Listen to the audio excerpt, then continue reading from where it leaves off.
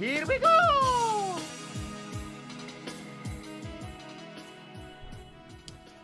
Oh, camera's been on. Camera's been on this whole time. All right. Hello, guys. What's up?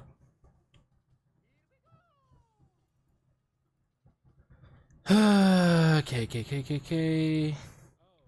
Yeah, we're playing more fucking Terrarium, and I can tell you right now, this game, not what I wanted, not that one. Where's my 4K at? This game is definitely pushing my limits. I will say that right now.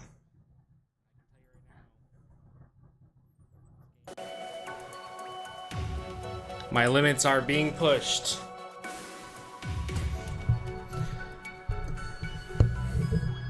But I do want to finish this. But man, do I just want to already play something else? So it's a very mixed bag of how I feel right now. Do I have any food that's about to rot? We might as well give it to her. It's gonna rot. What's she doing back there?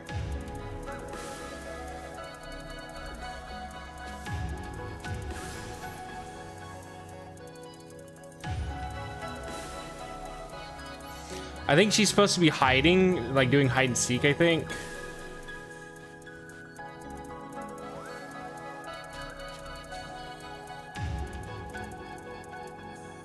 I think, because I know she'll do that. She'll like go and hide throughout the terrarium.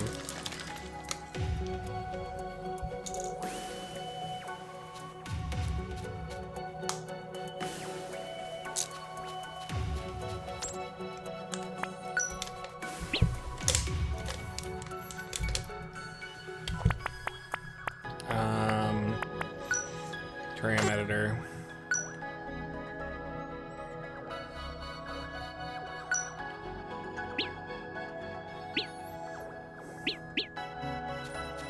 Let's clean it up, and then we'll go start doing our usual. Let me turn this light off actually real quick. Dorito, stop licking your balls. You don't even have balls no more, Dorito. You had them chopped off when you were younger. Stop licking your balls, Dorito. If you're gonna be in this house, Dorito, you're gonna stop licking your damn balls. Because you don't even have any balls. You had them cut off. You were neutered. Neutered. Okay. I never usually see her walking back there. It's kind of weird.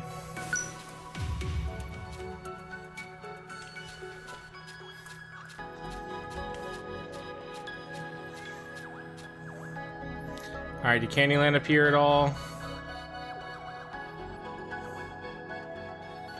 It is apparently a rare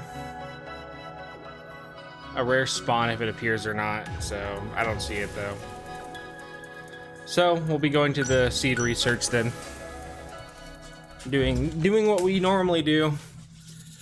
Try to beat this while getting horrible RNG. So yeah, apparently it is pure RNG if I'm gonna get the ball thing to spawn or not. It's pure RNG.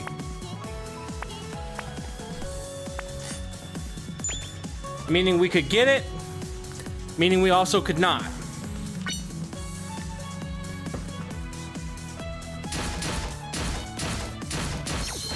From what I've seen, people have said it's taken around 5 times to find it.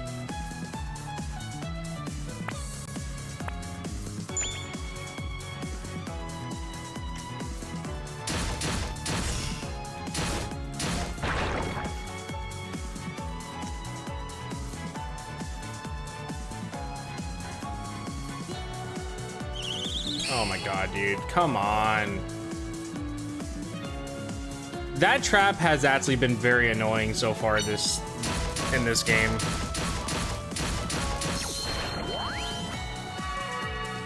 Attack 2, Plan C.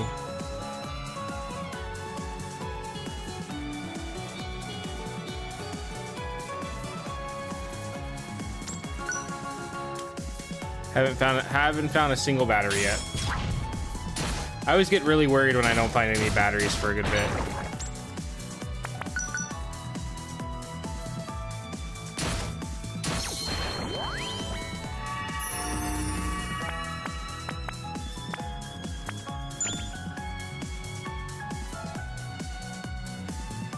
Actually, I was like, maybe I should have taken the other one just to be nullified from explosion damage.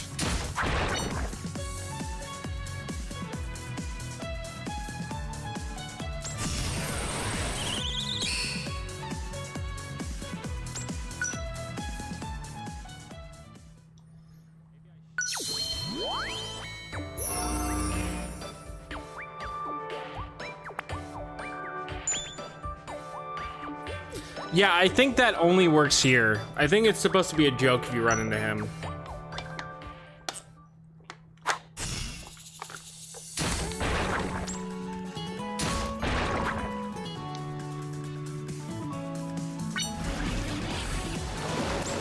Econ has been contaminated.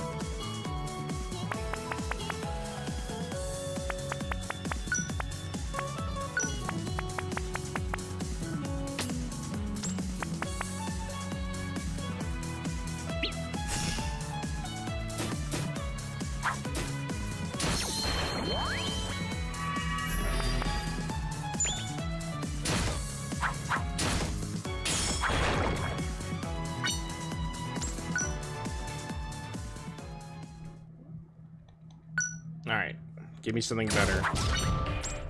Common shield. Sleep mod.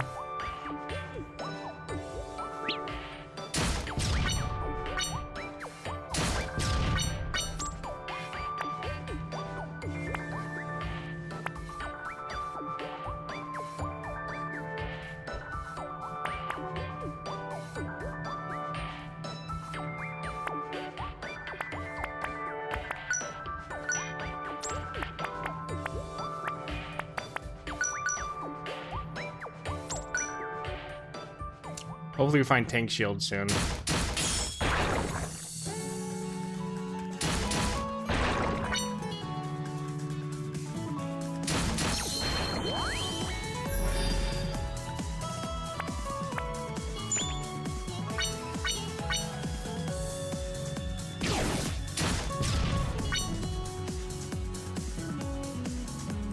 Really want to find a battery though. Be real nice to have a battery.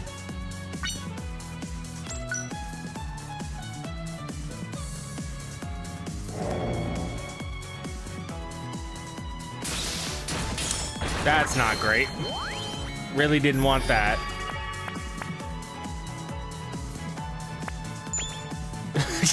Give Toriko a phone so she can call CPS. I mean, even if we gave her a phone, there's nobody to call. So everybody's dead. It'd be real hard to call anybody when everyone is dead.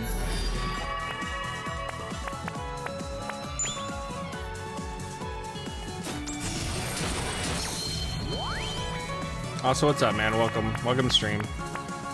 Up 20% damage taken when attacked by an enemy from the side machine. Decrease active skill. I'm trying to beat this. I'm trying, dude. I want to already move on to other shit. Thank God we got tank shield.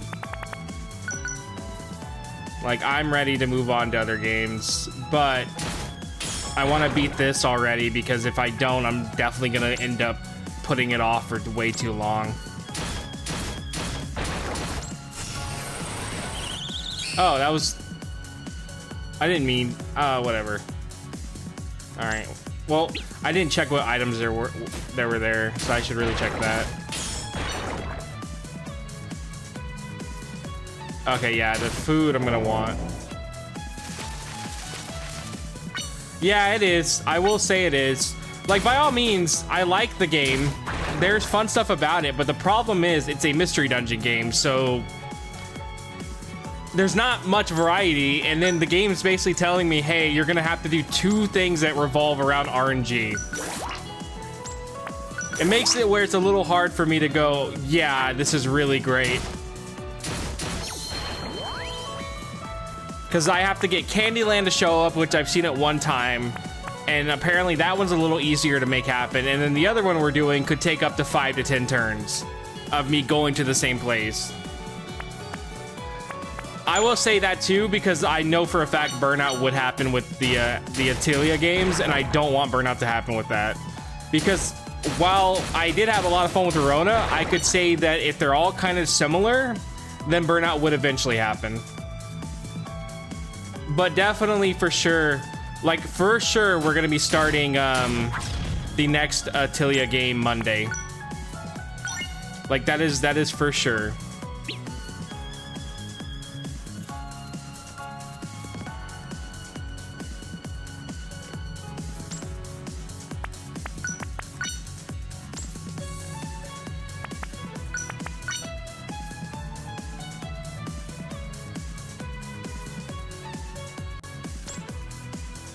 Honestly, dude, I'm just gonna swap that. I have not noticed any change with that.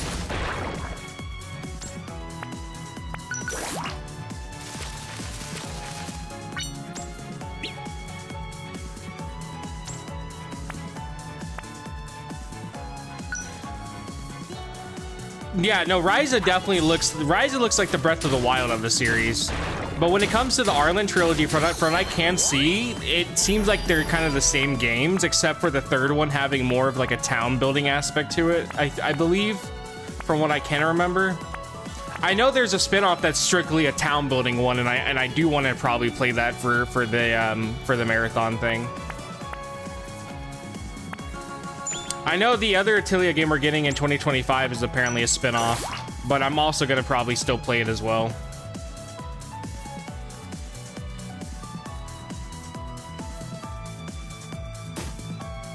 The only thing I know about Ryza is there's a big titty goth girl in it, so, or like she looks goth, and then in the new one you play as a big titty goth girl. So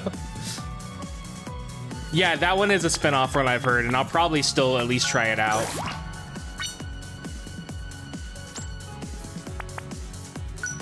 I'll probably easily use the spin-offs as like a way to have a break between the main lines too, the mainline ones as well too. And 2030. Yeah, we'll play it in 2030.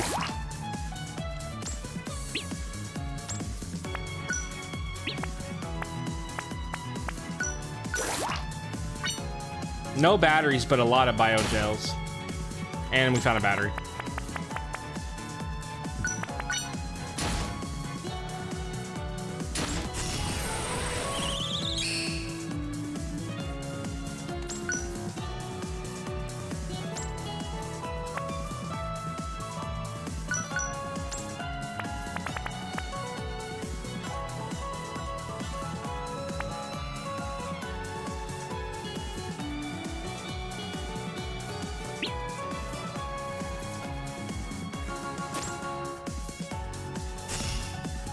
Oh my god, what fucking anime move was that shit? Man did a whole goddamn anime attack. That took 20 in though, so I don't think I'm gonna be using that too often.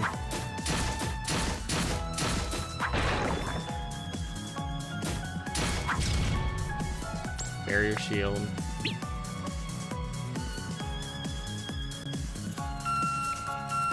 Oh god, that's bad. Please don't summon a bunch of them.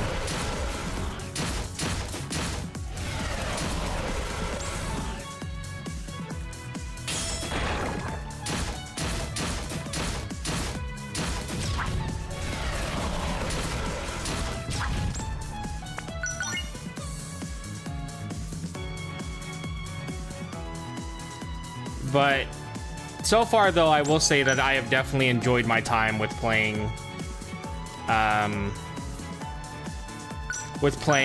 Arona.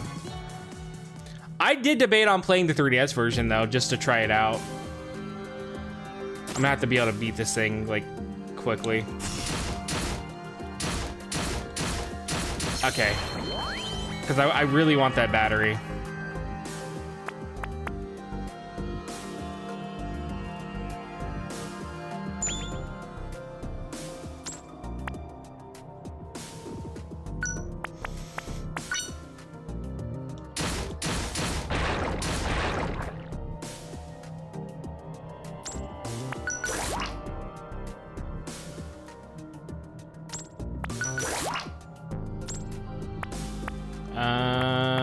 what do I want to switch with that? We'll switch out common shield. But yeah, I do want to try to have breaks between a lot of the Atelier games again, because of how long they also are. Like, most Atelier games are like 30 hours. Apparently this is 30 hours, or at least from what people have said, it's taken them 30 hours. But yeah, the Atelier games are definitely around about 30 hours each from what I've seen.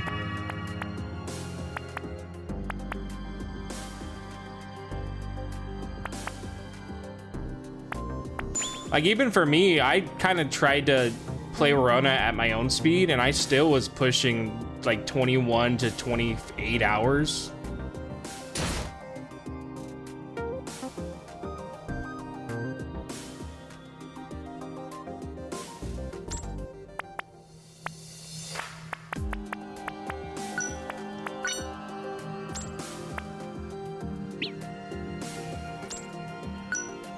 All right, let's hope we get I'm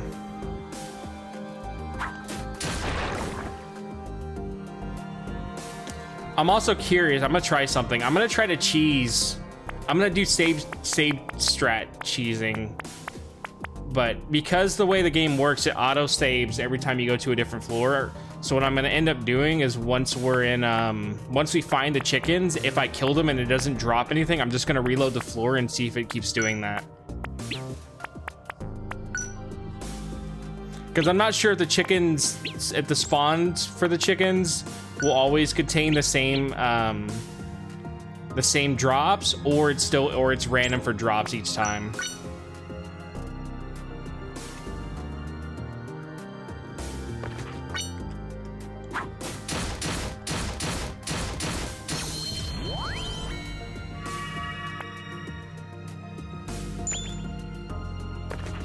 I don't know why I walked on that again.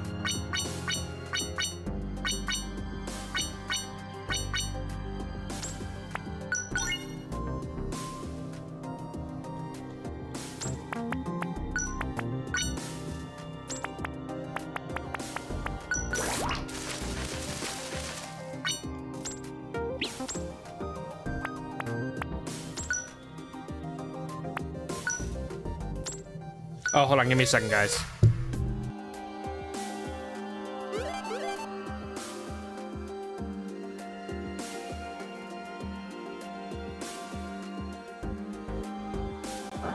We're preparing to dock. All aircraft breakaway.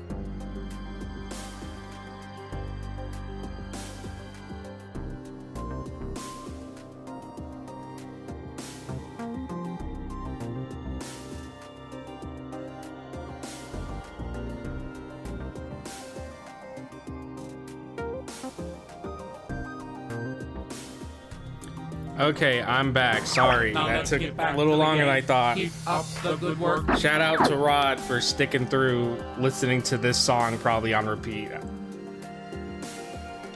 I don't know if you muted it or not. I would have probably muted it. I like the music in this game, but some songs on repeat are a little bit ear grating after a while. Also, thank you. There's 2 items over here. Oh my fucking god, stop!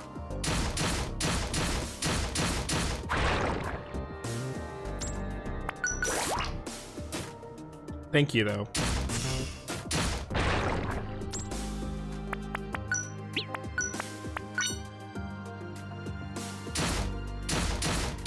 So, let's hope I can find the chickens.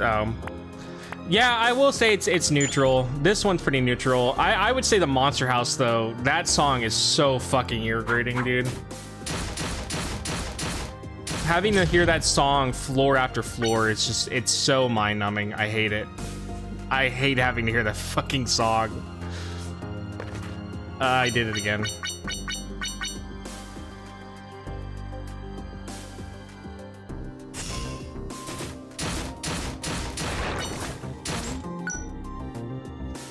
So far, no,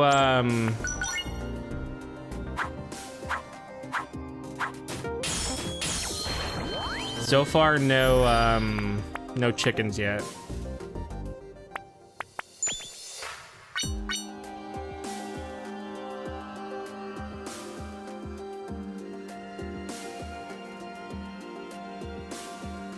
Wait, unless this is them over here? No, it's just this guy.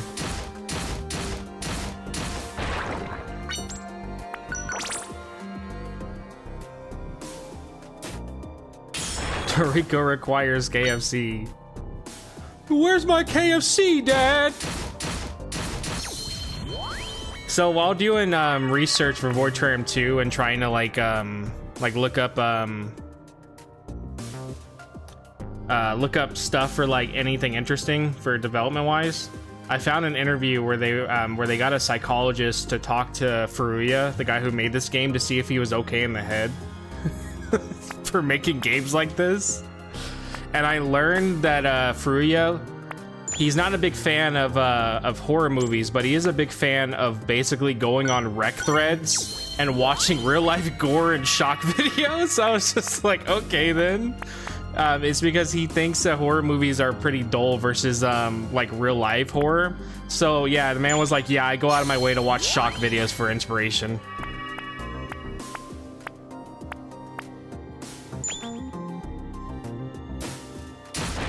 So man literally watches shock videos to be inspired.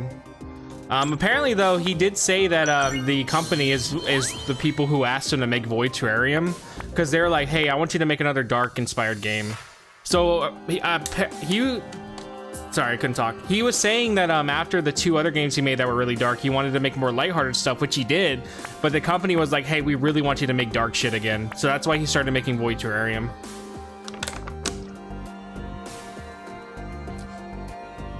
Watch his beheading video for the plot. He did say though that he is very aware that his image online is seen as a negative thing, because a lot of people just see him as that weird developer who puts like young girls in weird situations. I mean, which he does. I would say Toriko being a young child in a weird situation like this is pretty accurate to that description. It just sounds worse than it actually is. But yeah, apparently his image online is seen as a very negative thing by a decent amount of people, and he's very aware of that. But he said himself that like he's accepted that, and he says it actually helps him make games more, because he's just like because to him he's just like, well, I might as well go like balls deep into it and make messed up shit.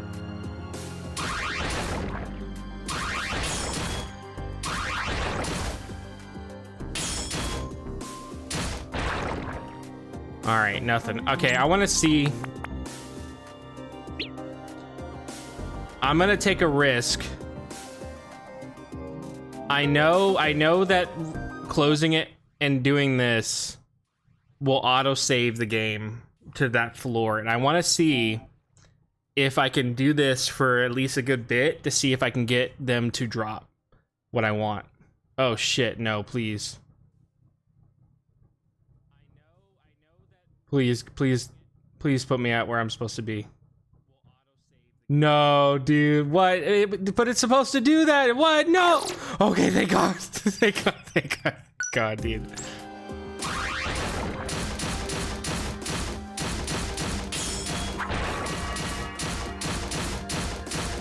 Oh, I'm about to die anyway. Okay, so... Alright, so we know it works. We're gonna keep doing this and see if I can get them to spawn what I want.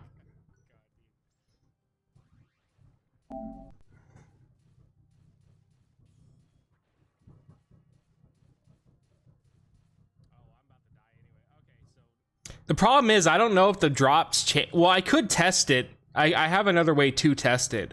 I could go find an enemy that when I kill it will drop a certain item, and then I can see if it will drop it again when I kill it.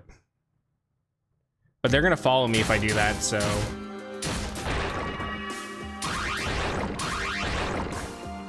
Okay, so they drop biogel. Okay, they drop biogel. Let's see if they drop biogel again. If they drop biogel, then that means the drops are predetermined once you're on the floor. And that means that basically there's no way to cheese it. So if they drop biogel again, then the drops are predetermined. If they don't, that means there's a chance that we could get the rare drop we're trying to get. If they drop biogel, then that means the drops are predetermined once you're on the floor. And that means that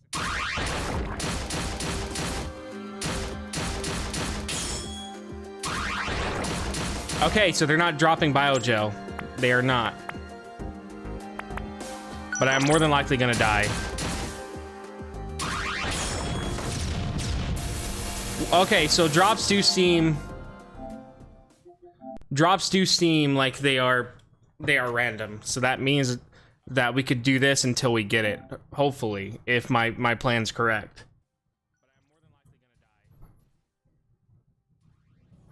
Yeah, it's better than me trying to do this multiple times and hoping I get the drop when I can just farm here with them.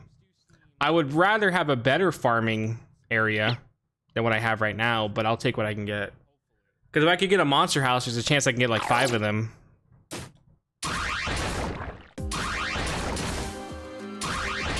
Okay, they did drop biogel this time. Then I don't know. I don't know if it's random then. Okay, we'll do it one more time, and I want to see what the chicken drops. Like, not the chicks. I want to see if the chicken drops biogel. If I do that precisely the same way, will he drop biogel each time? And if so, then it's not random.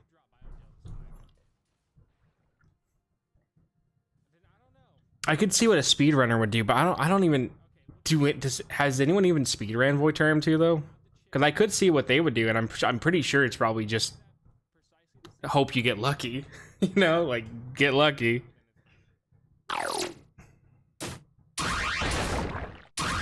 Okay, biogel.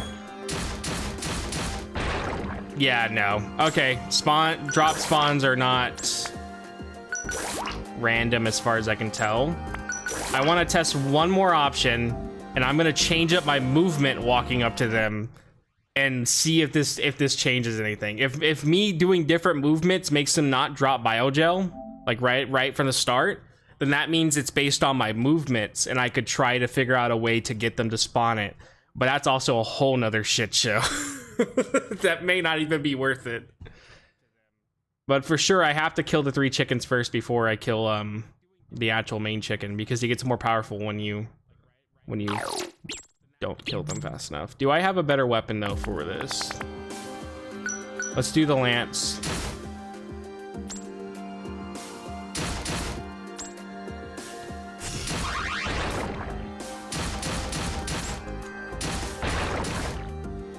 Okay, they did not drop biogel this time.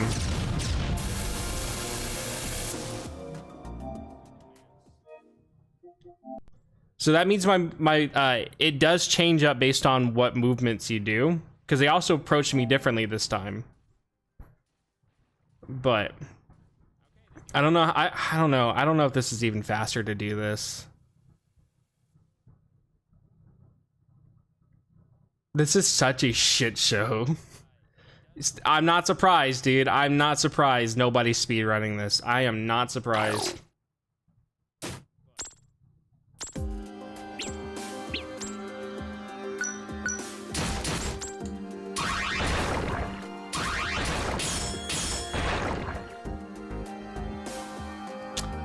Five hours? That's actually pretty crazy for Terrarium 1. It makes more sense though, because that one's a lot easier to speedrun.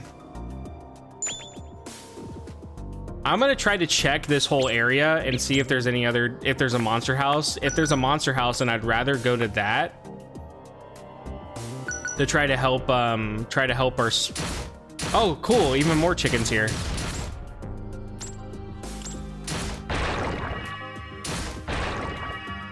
Biogel. So that means, okay, so it may actually be good to try to farm here, because that's already 2 chicken spawns right there that are pretty close to each other.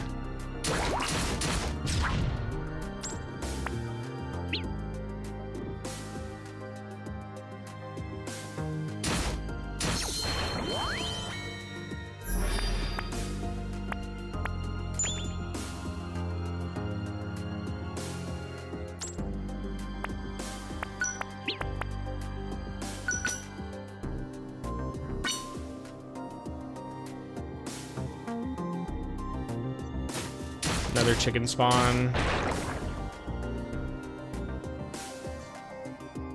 This floor is pretty loaded, I would say, with spawns for the chickens.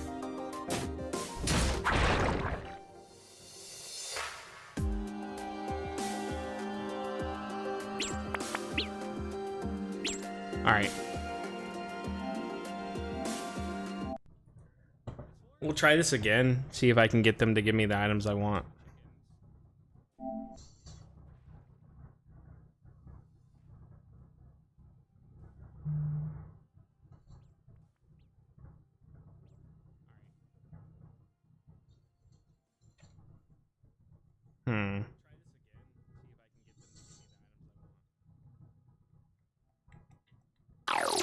This is such a shit show though to do.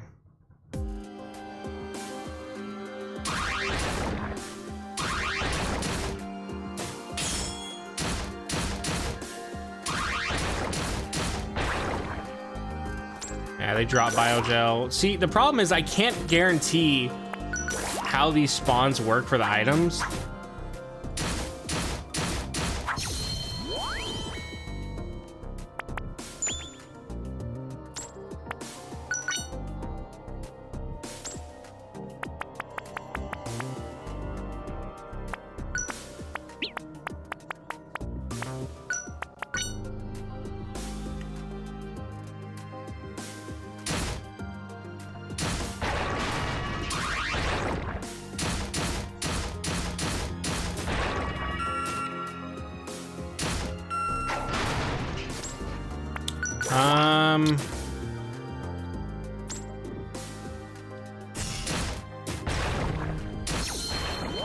I could try to keep getting this alarm guy to like spawn enemies, and he may be able to spawn.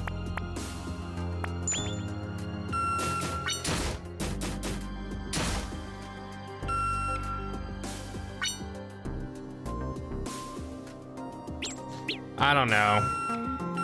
Okay, he can spawn the chickens, but can he spawn the chicks though is my question.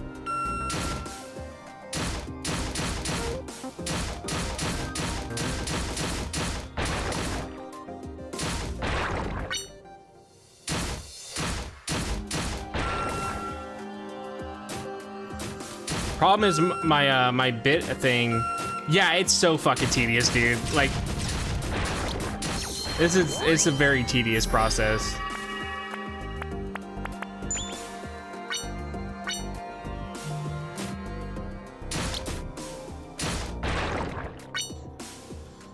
Man, it may not be worth it even to try to farm it like this.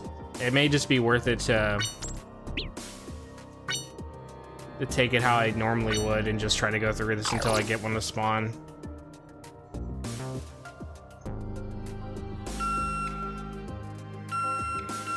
I think he can only spawn the chickens themselves. I don't think he can spawn the chicks.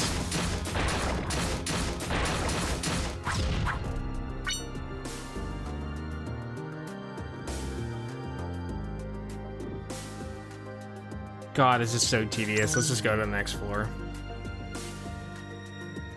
All right, so we have some more.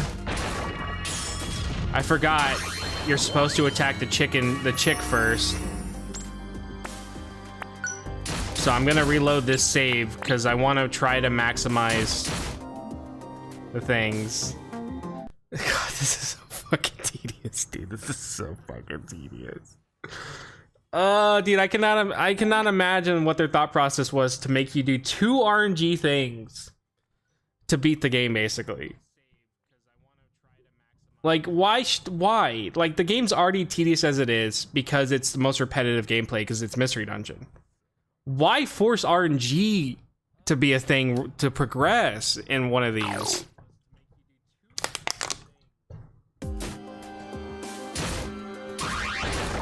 Oh my God, is that it?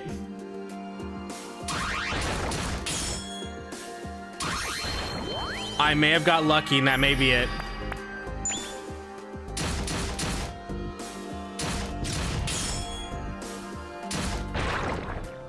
Got it. All right, we did it.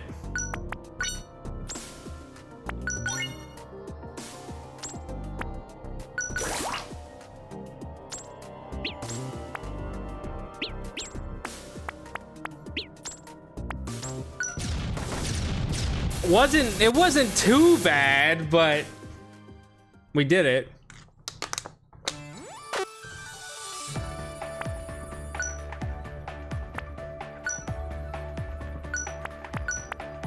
Ugh, do you look like a damn lizard?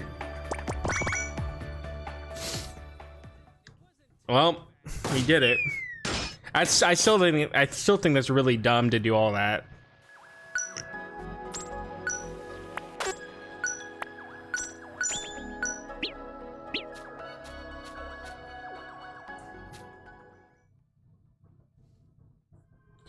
See, ready to grant one of Toriko's wishes. And then let's head right over to see her.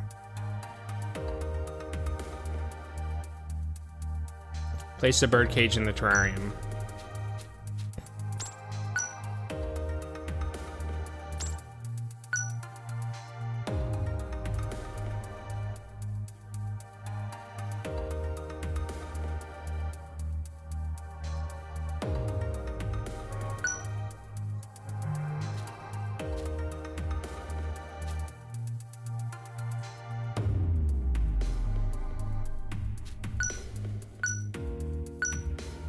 Well, at least she's loving it.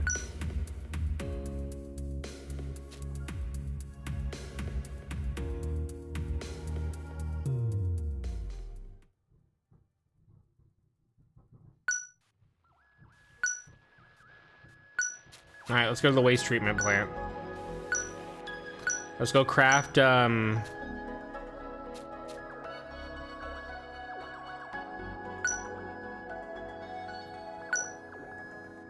let's go to the cold.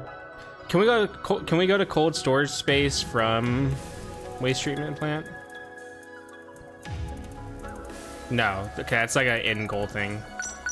Let's go there.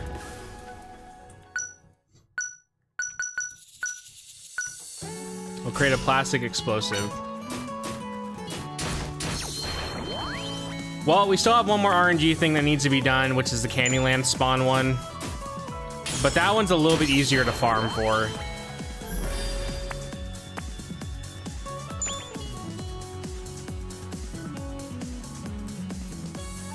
Oh, I should have fed her before I left.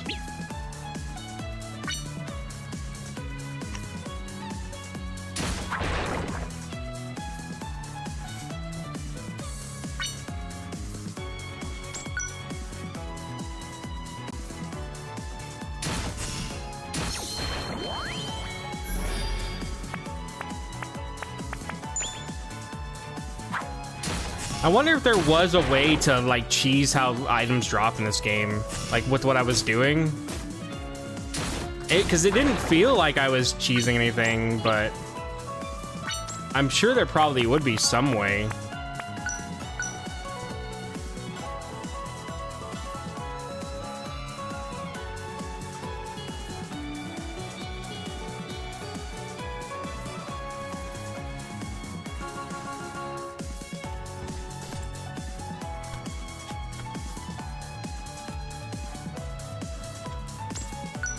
I do think though once we beat this as well, I'm gonna start trying to finish Dewey's Adventure, because Dewey's Adventure was another game I wanted to talk about for a video.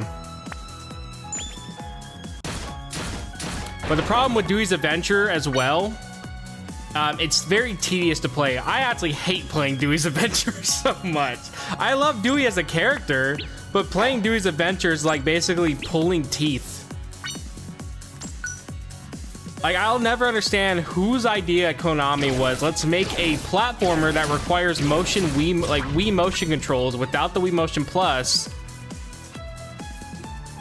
and then make it with precise platforming. Wait, why is there a dead...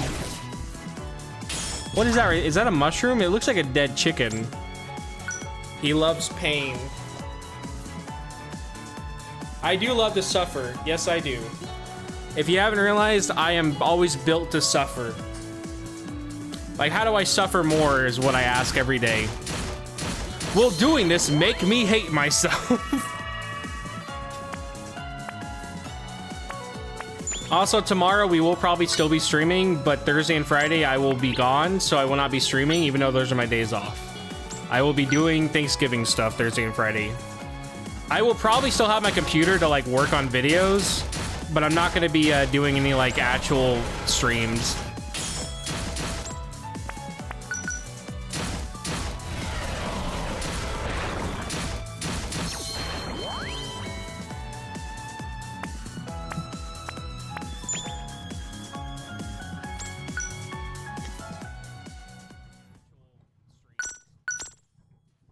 I have 100. Let's buy another thing for Toriko.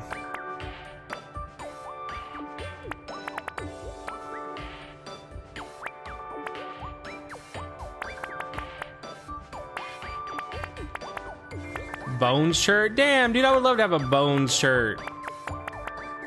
Alright, I'll let you decide, Rod.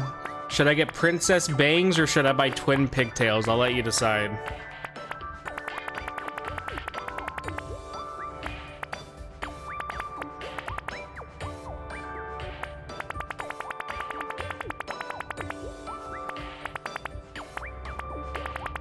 One step closer to her death. Bangs, okay.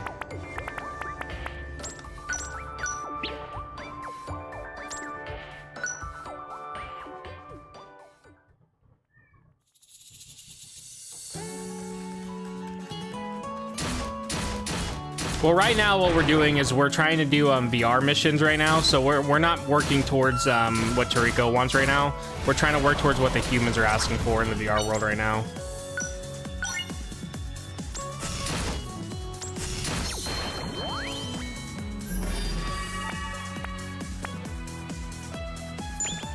Also, yeah, the skills in this one are so much better than they were in the first game. Like, the fact that I have one that can launch me away makes them actually worth kind of using in certain situations. And before, like I said, in Void Terrarium 1, I never used the skills half the time, because they never really were worth me actually putting the effort into using them. And this one, like, there's always a good way to take advantage of what skills you have.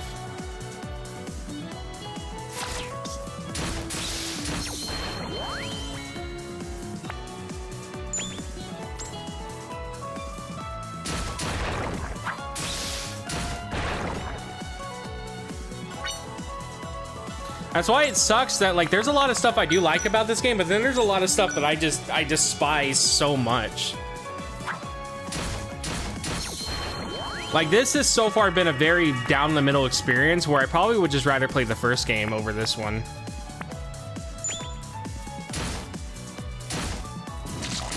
I wouldn't say though not to play this though if you are interested in playing it. Like, let's say if you wanted to try Void Terrarium 2, I wouldn't tell someone not to play it. Like, it's good enough to where it's still worth trying it out, but I would still argue that, like, the first one is still better in my opinion. We want to go to the waste treatment, right?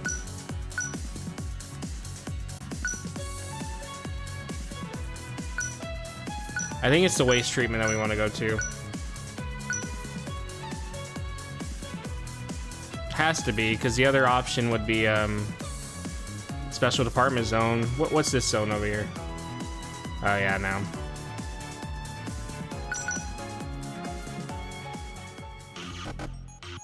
I did learn that one of the biggest complaints Furuya got for the first game was that it was too repetitive. That's why we have a bunch of random additions that make the game more repetitive. But at first glance, it makes it seem like that it makes it where it's not as repetitive. That's why we have to go through like certain floors again every time we go out, because that's supposed to make the game not as repetitive, because you're getting to like see different floors while you do expeditions, but you're basically seeing these same floors over and over because you're doing that. So a lot of the new additions, he tried to make it where it fought a lot of the oh, I should not have done that. I didn't see that it consumed 20 yen. A lot of the changes he did to try to fight the repetitiveness that people complained about. That's like, that was his big focus, was how do I fight that? Well, I died. I was getting shit RNG with this run anyways.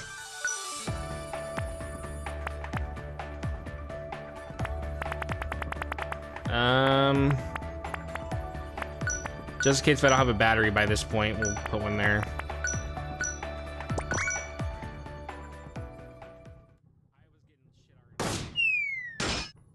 Yeah, no, I was murdered bad.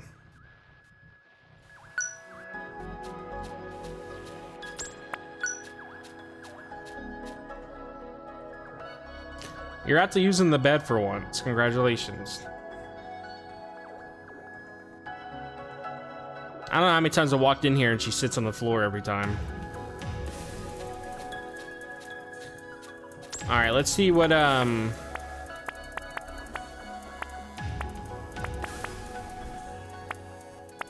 wait, where's the new hair I got for her? What? Oh, I have to craft it, that's right. Animal ears. I can make animal ears. Princess Bang, there we go.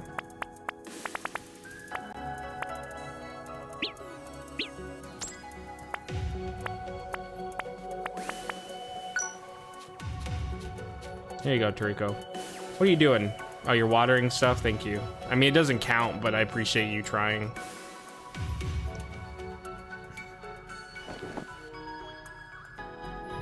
My controller's dying!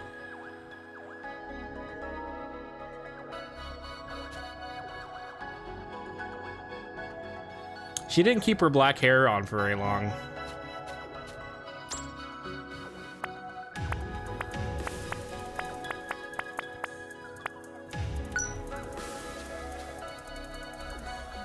The Princess Bangs didn't change up much, honestly. She really didn't look too much different.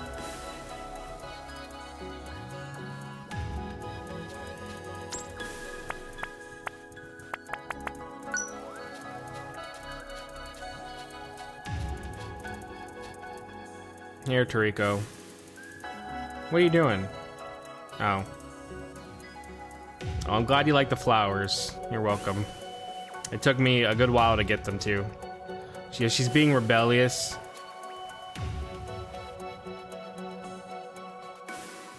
I don't know why she's so impressed with those flowers when I literally made all these other flowers. Like, there's a big ass flower in the corner over here. Why is she impressed with that and not the big ass one in the corner? I would be more impressed with the giant one in the corner than I would be with the small ones.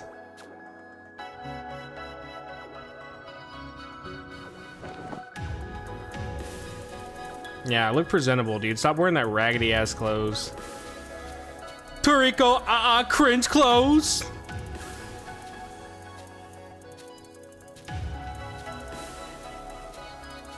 What type of music do you think Toriko would listen to if she like knew what music was? Like, what do you think she'd be jamming out to?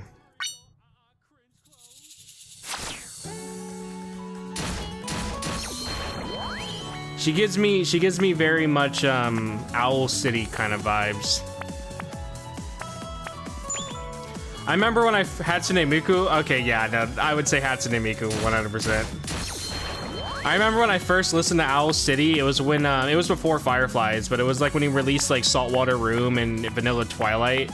And this one guy, he was known as the gay kid that lives in our town. I'm mentioning that because I was bullied because he showed me this music. But I didn't give a shit that he was gay or not. But he showed me Owl City, and I was like, oh, this shit's really fucking cool. And then, like, I remember, like, some people I learned about Owl City from him. So apparently what that translated to was because he showed me Owl City, it meant that I like to suck dick. So it's like, what? I remember they were like, oh, you listen to Owl City, you must like to suck cock. And I was like, how? Like, what's the correlation with that? I can tell you right now, though, I'm a huge Owl City fan, and I've never sucked one dick. So, I think I beat the odds, you know. True. My favorite comment, though, on YouTube was the guy who goes, I'm a Lady Gaga fan and I'm not gay. And then, like, 2 years later, he comments, he goes, hey, I just came out of the closet. Yeah, he was like, you can be a Lady Gaga fan and not gay. And then, like, 2 years later, he's like, yeah, I'm gay.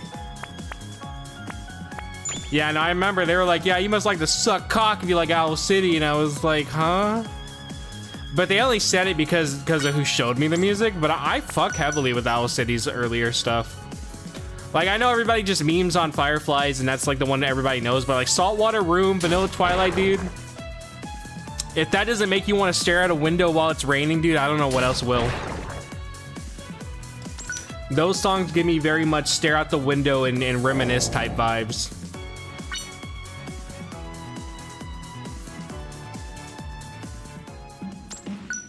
It's a monster house!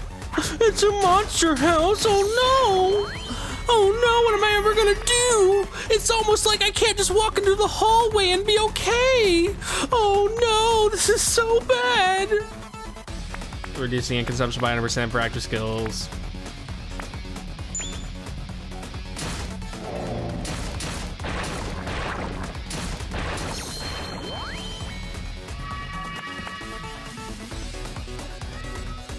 Why are you crying? Come here. Hold on, come here. Dorito, get to the mic. You're gonna talk to them. If you wanna talk so much, you're gonna talk to the viewer. You're gonna talk to Roderick. Talk to him. Tell him what you've been crying about. Oh, now you wanna be silent. Now you wanna get all nervous, all scared, Dorito. All nervous and scared. Talk to the viewers, Dorito. Don't lick your foot, talk to the viewers. Tell them about the screams and crying you've been doing for the past 7 minutes. Talk to the power, Dorito. He's just not saying nothing now. Very cool ranch cat. Yeah, he got nervous.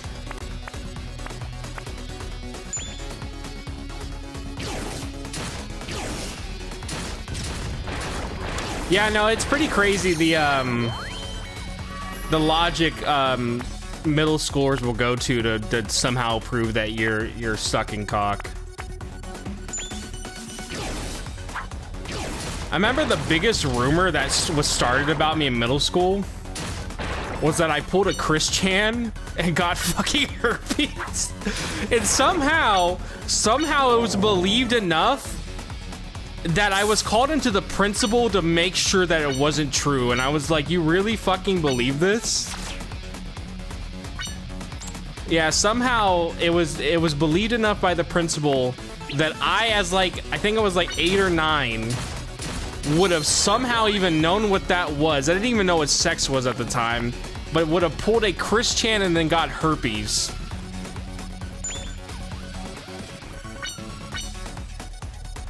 And they made it seem like I was a bad guy for this rumor, that I was doing the said rumor, and not the fact of whoever was spreading it should, you know, be told to fucking stop. Like, my school life was so horrible when it came to like anybody actually doing a good job at stopping bullying. That's Texas education for you, though. We're either told that you get AIDS from just breathing next to a woman, or you're basically told you're worthless. There's no in between. You either get AIDS from breathing next to women, or you're basically the class joke. What do you mean? What do you mean just looking at a woman will give me AIDS? Yeah, it's the public school system everybody knows and loves. I remember too, I don't think I was supposed to witness this, but I guess it's gonna be a really messed up story. But I remember I was called into the principal's office one time, and we had this one kid who was very known to not be all the way there. I don't know what he had, but he just wasn't all the way there. And he would have like outbursts and stuff, because he would just have like stuff happen. He would get real like upset. And I remember the way the school dealt with these outbursts was they locked him in a room, and it had a single camera to watch him. And they had a teacher just go in there and yell at him every like 10 minutes to shut up. And I remember watching that. Like, I was young, so obviously I didn't report this, because in my opinion, I'm already in the principal's office, I'm in trouble, so like, what do I have to say? But I remember seeing this one camera thing on his desk with this kid just in a room screaming and crying, and every 10 minutes the teacher would go in there and be like, hey, can you shut the fuck up?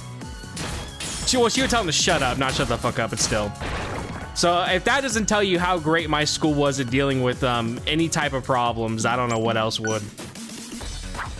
Wow, we have a kid who has mental issues, or like basically has like development problems. Let's just lock him in a fucking room and isolate him. That's gonna definitely help him out. Whenever I did talk to the kid though, he was pretty cool. We didn't really have much to talk about, because I mean we were like 11 or 12. And all I ever wanted to talk about was Donkey Kong 64. So like after a bit, you know, you kind of ran out of stuff to talk with me about, unless you wanted to keep talking about Chunky Kong. I don't know, man. I was so obsessed with DK64 in elementary. Like, that's all. It was Sonic Heroes and DK64 were like my hyper fixations. That's all I ever wanted to talk about. Like, we would do art projects, and I would end up drawing Sonic Hero stuff on my art projects. Yeah, it was very helpful. I'm pretty sure like the school was, you know, way ahead of its time for how they were helping kids, you know.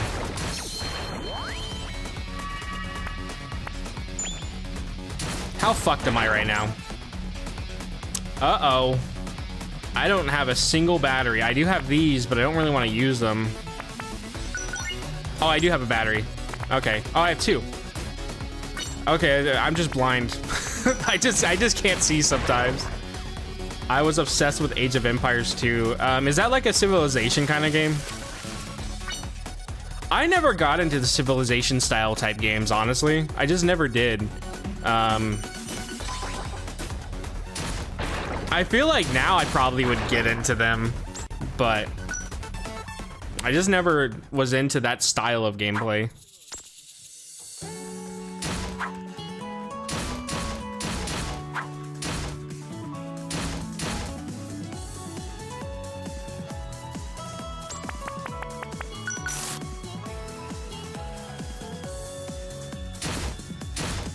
It's the Legend 27! 1998 strategy game? Okay, yeah, I've just never got into strategy games, really. It can't be! It's the Legend 27! I heard the Legend 27 likes to piss while bleeding. I heard... What's hitting me? Oh, it's this guy up here. I heard the Legend 27 once punched a baby off a building for not having enough levels.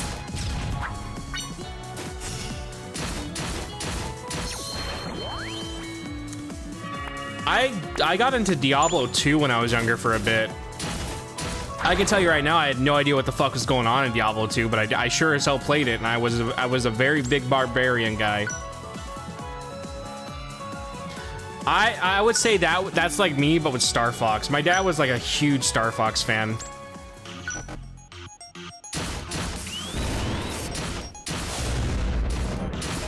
Oh my god. I almost died again, dude.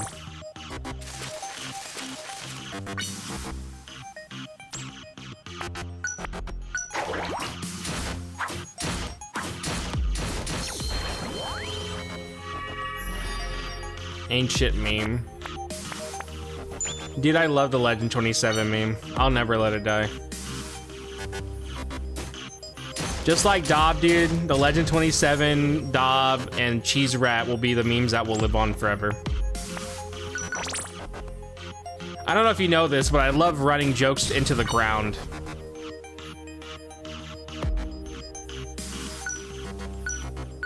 Why can I not get a hint?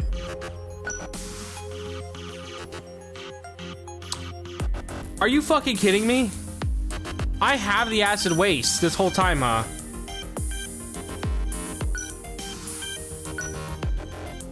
Where's liquid latex at?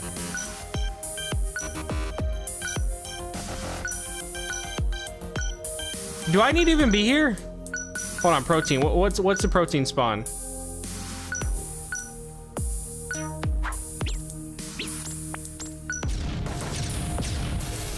Didn't even have to be here. Just wasted my time. I just noticed I had it this whole time. I was like, why am I not getting a hint where it's at?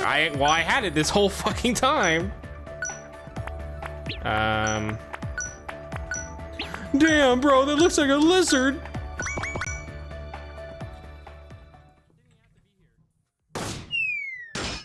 Ow.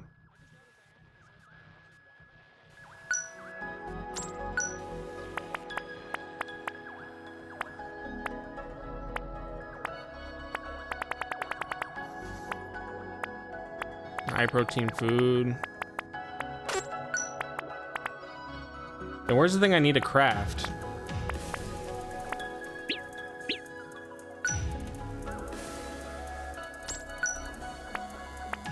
Craft a plastic explosion. Okay.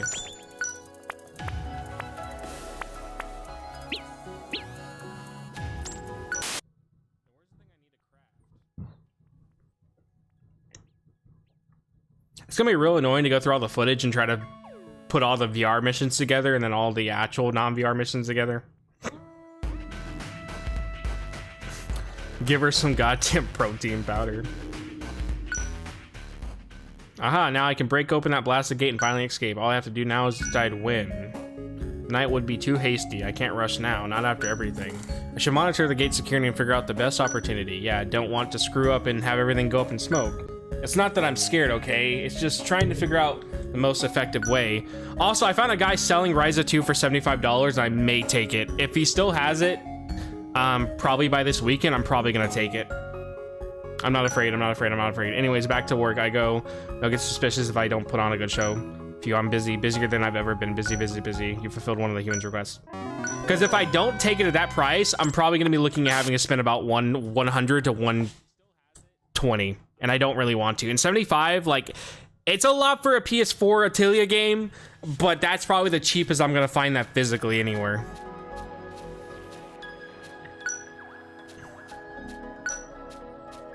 All right, liquid latex. Let's try to go find it. Buried ruins. Okay, let's go find it. Man, physical copies of Ryza 2 are $75. Where at? Because every physical copy I've seen for it has been over $100. I barely found a guy selling it for 75.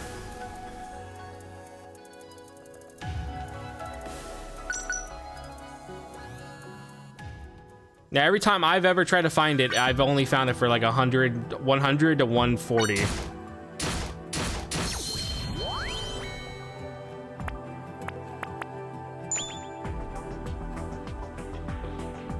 Oh, wait, are you... Question? Yeah, I'm asking if you know where to find it, is what I'm asking. Technically, if Koei does release it on their site, I could buy it from there. I could get the Switch version for $60, but I don't want to spend $60 on the Switch version. But I know Koei will release it sometimes here and there on their site. They'll put more physicals on their site.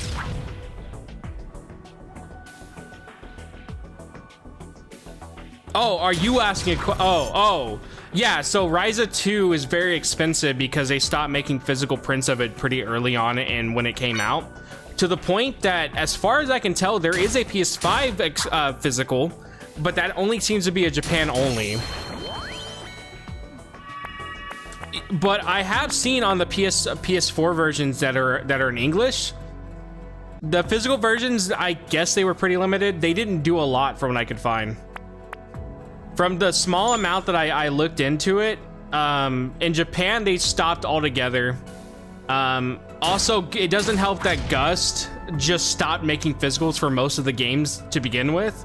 So a lot of the physicals that are around are starting to become limited because Gus just decided to stop making physicals for most of them entirely. And Ryza 2 definitely was one of those ones that barely got any physicals, and then they just stopped. So it was very limited because, again, I feel like at Ryza 2 the series was still kind of niche. Ryza 3 I feel like is when it really blew off.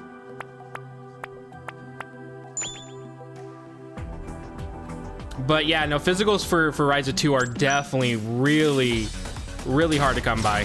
That is out of all the Atelier games, Ryza 2 is going to be the one that would cost you the most to get physically. Sophie 2 is starting to go up in price, so I've been seeing Sophie 2 go for 70, and I actually got pretty lucky. I got Sophie 1 and 2 for around 70. I got pretty lucky when it came to Sophie. I would say probably one of the rarer RPG games I own physically is probably Crystar. Last time I checked, Crystar goes for about $100.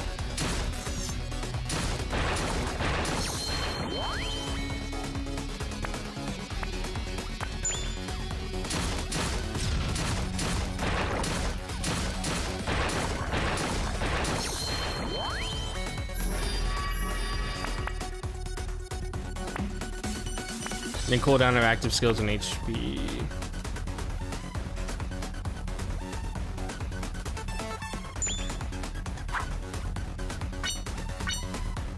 Don't mind if I do.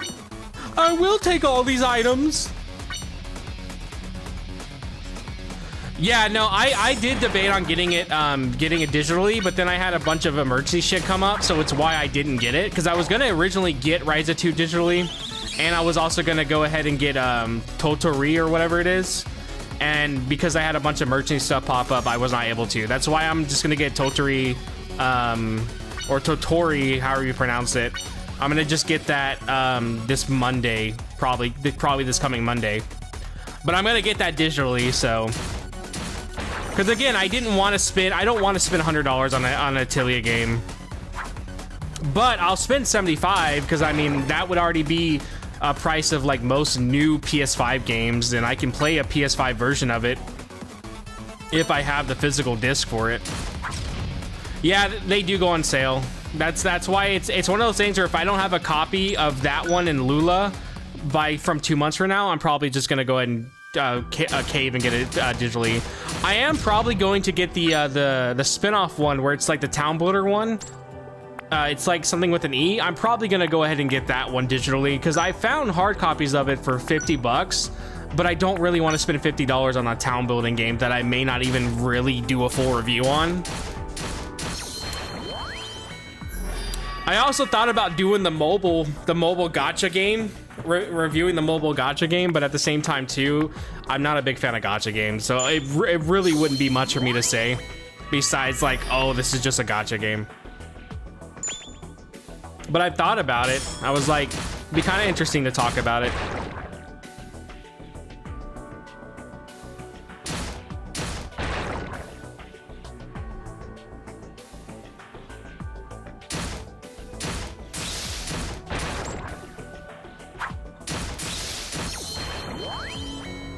Music store management game win.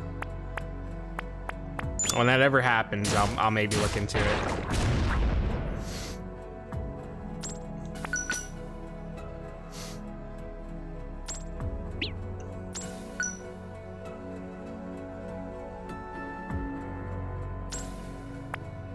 Should probably equip the weapons I have, huh? Just thinking about it now.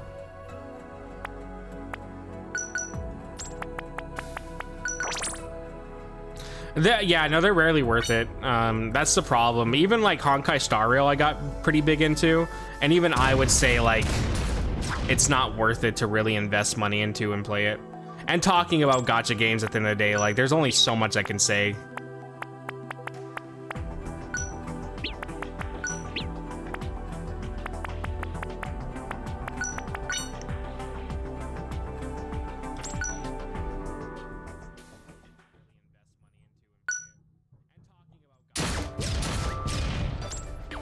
Emperor Elixir.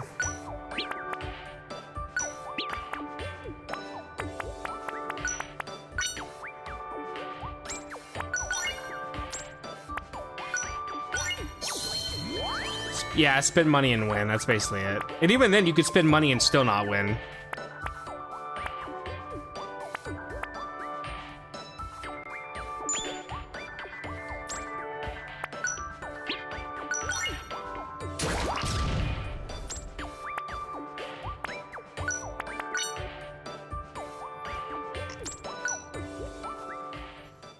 Yeah, it's very much possible to spend money on a gacha game and still not come to anything with it. Well, I would have nothing to buy anything, so.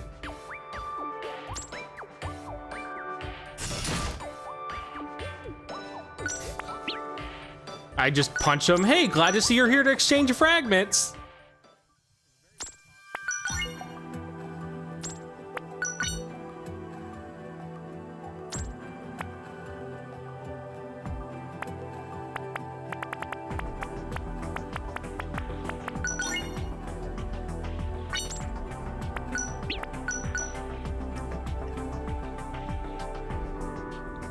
My favorite thing is when somebody shows up to my house and hits me in the face, but then wants to exchange fragments. I love that, dude. It makes me so happy when somebody wants to exchange fragments.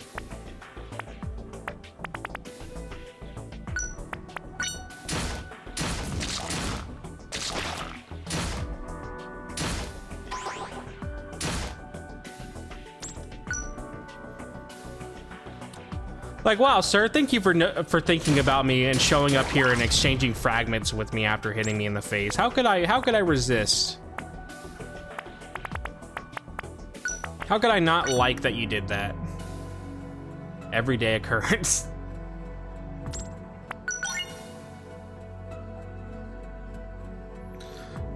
Yeah, I'm all about taking damage boosting drugs. Did you know if you take psychedelics, you'll start being able to do finger blasts from your hands? Don't believe me? Try it out. Whoa, dude, I'm shooting blaze from my fingers. I'm shooting blaze attacks from my fingers right now. Whoa, dude. Wow, this is crazy. Wow, dude. Quiet down, Toriko, you're being too loud. Honestly, no, I should probably, in case, dude, I should probably keep this.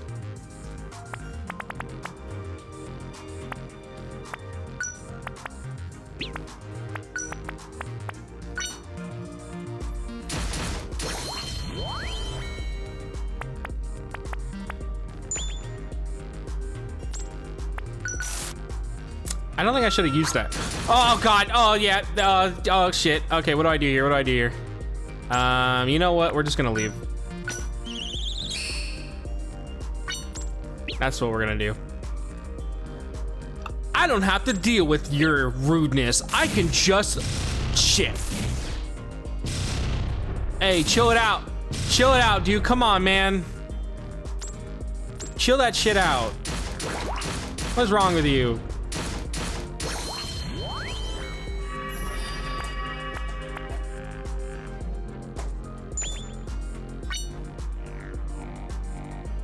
Also, Rick, I'm glad that you stuck around with the channel. I appreciate you showing up for Weeb games, and even though we're not really playing a lot of Weeb games right now, I do appreciate you sticking around. It does mean a lot.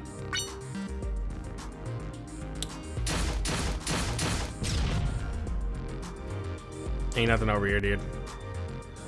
Whoa, man. Wow, dude. Boy, do I love playing video games, dude. My favorite game is that one game with the squirrel. And he says bitch all the time. Oh my God, what the fucking move is that? I remember, well, I'm glad you think it's fun content. Oh, why is she crying? Oh, she's like actually dying. Sorry about that, shit. You good? Well, she'll be okay. I remember the first time I ever played Pay Me My Appearance Fee. Your appearance fee is getting to watch me play Void Terrarium and suffer. I think that's good enough. I still remember the first time my mom saw me play Conker's Bad Fur Day. We were in, I was in the living room, you know, just playing it. And we got to the gear scene, and the gear goes, "Get this fat bitch off my back." And my mom heard that, she made me turn it off. Which is funny because I was in high school and we would watch Family Guy, and they said worse shit on Family Guy than Conker did. But apparently her hearing get that fat bitch off my back to a squirrel was a little bit too much.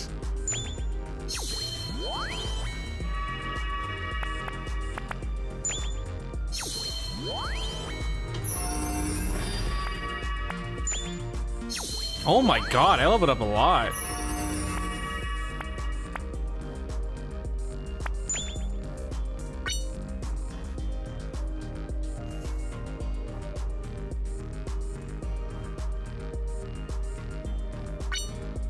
Maybe the fee is the not the amount of money you're getting, but the amount of friends you made along the way. I mean, what other streamer are you gonna see a streamer listen to Crank That SpongeBob? Also, the stream did get demonetized. I was not able to monetize that stream. Funny enough, it was because of the Soldier Boy part and not the Crank That SpongeBob part, which is what I originally thought.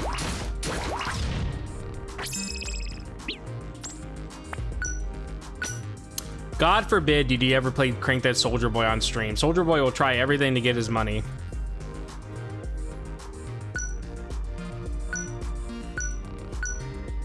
That man is relentless when it comes to getting his check. You've lost 80 friends since joining. Well, you know what? That tells me you didn't lose 80 friends. They lost you. 80 friends lost you. You didn't lose 80 friends. 80 friends lost a good one, you know? Now they gotta look at themselves every day knowing the one good friend they lost was you.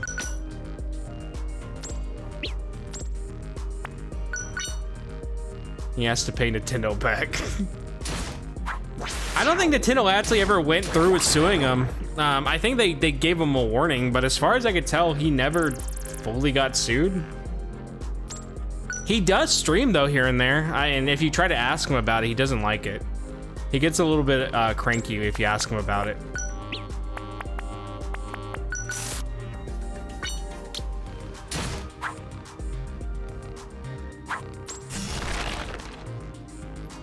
Well, he got away with that. You win, you lose sometimes, you know? That's what I'm always saying. Electric Boogaloo! Oh yeah, no, it's still a very wild situation. The fact that the man was I still love when they first told him, hey, we're gonna sue you, he put fuck Nintendo in a tweet. He was like, nah, fuck Nintendo, in literally a tweet, and I was like, that's one of the ballsiest moves I've ever seen for Soldier Boy, dude.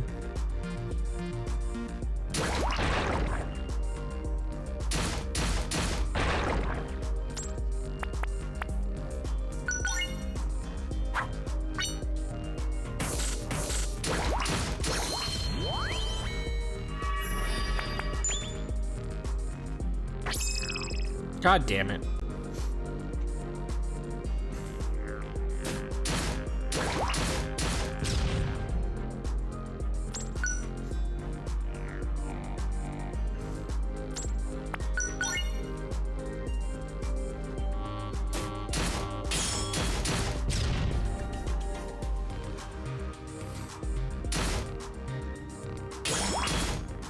Wait, what enemy is that?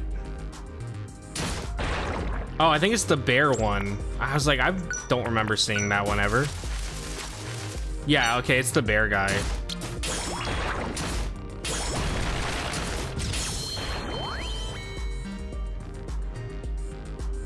Still upset he didn't knock off the Soda Boy. I just love that people really trusted that he was gonna deliver on a console, and people bought it and then were like, oh, I didn't get my console, guys. Like, no shit, you didn't get your console, dude. Like, you really thought you were?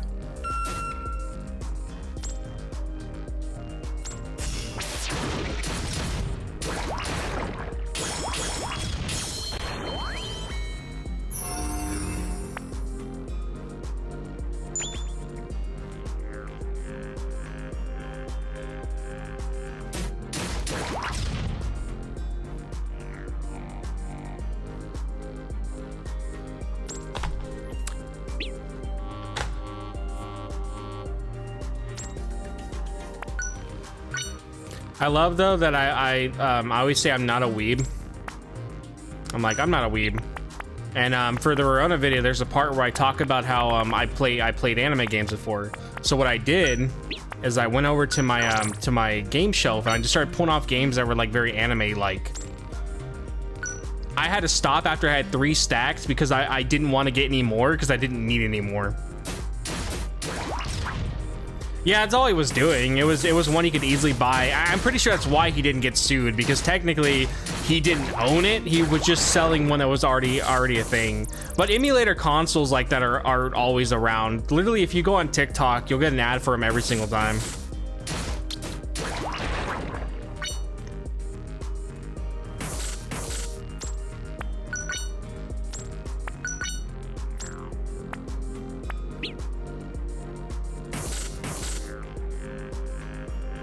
Monster House.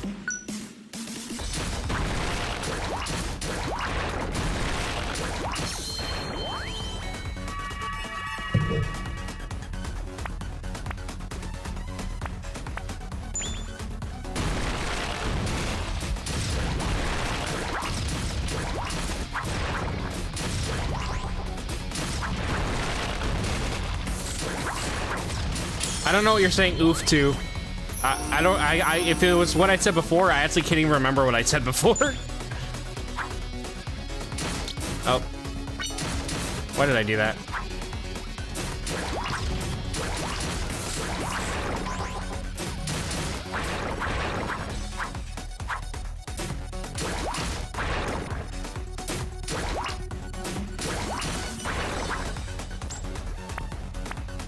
Oh, General Oof, okay. Because I wasn't sure if I said something that was oof worthy. So I was like, I can't even remember what I was talking about.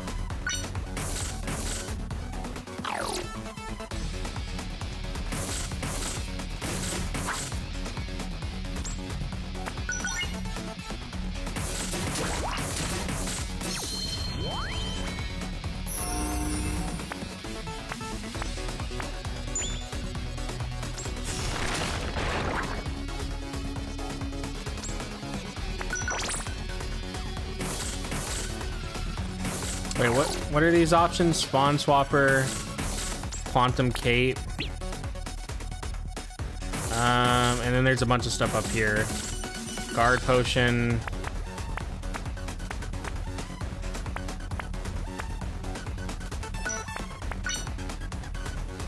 Dodge Potion. I already have a shit ton of Dodge Potions. I don't really think I need another one. I'll take it though. Battery, we'll just go ahead and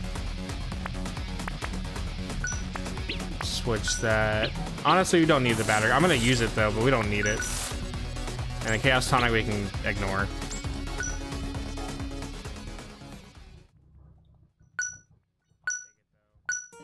Okay, it should be on this floor.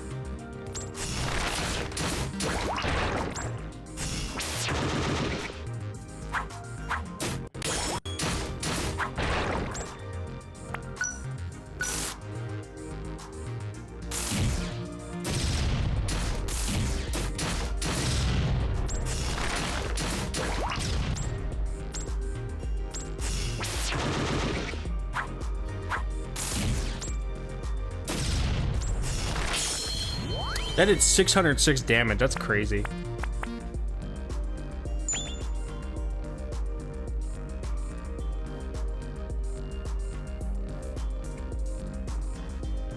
All right, where's the thing we need? The Candyland one's gonna be a little annoying to get to spawn, but again, it's not too bad because I can just keep doing the 5 floor expeditions till I get it.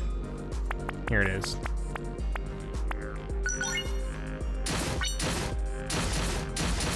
Let's see if I can get any food from this that's worth it. Hardy mushroom. Battery. Oh, we need to leave. I didn't realize that how close she was to dying. We need to go. I was just having a grand old time. Oh, CQ, your daughter's dying. Oh, she's just playing. Oh, you know how kids are, dude. They just play so much. You know how they are. Ah. Hello.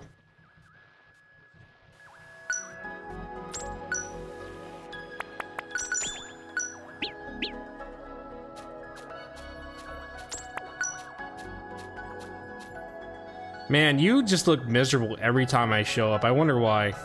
Is nobody taking care of you? It's like every time I'm here, you just never can be happy is what I provide you.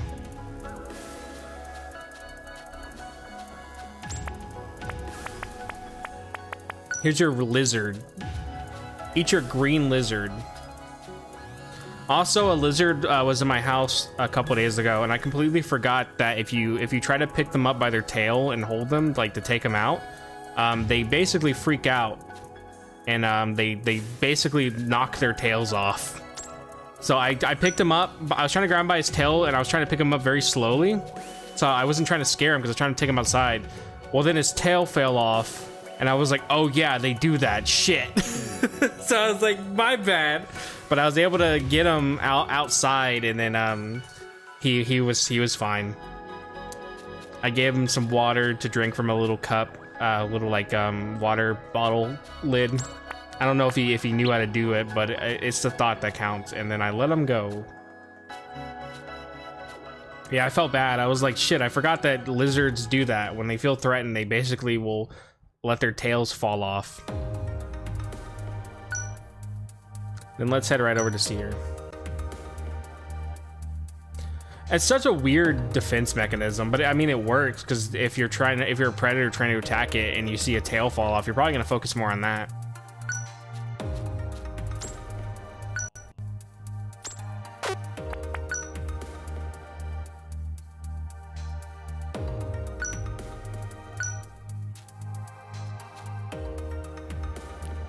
Oh my god, is she a goddamn dog, dude?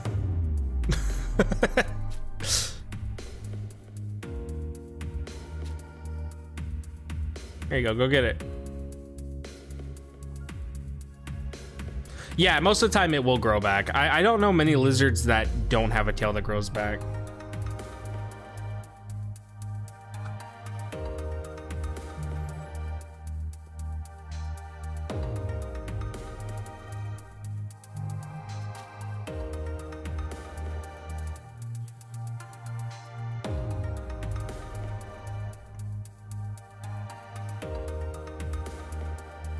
This is very sweet, very wholesome.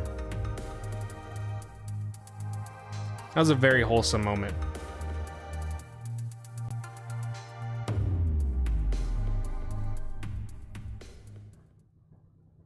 All right, well, we have 2 more we gotta do.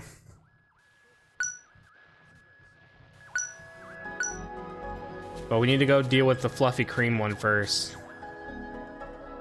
Unless Candyland's here again, which I don't see it, so looks like the cold storage place is where we're going.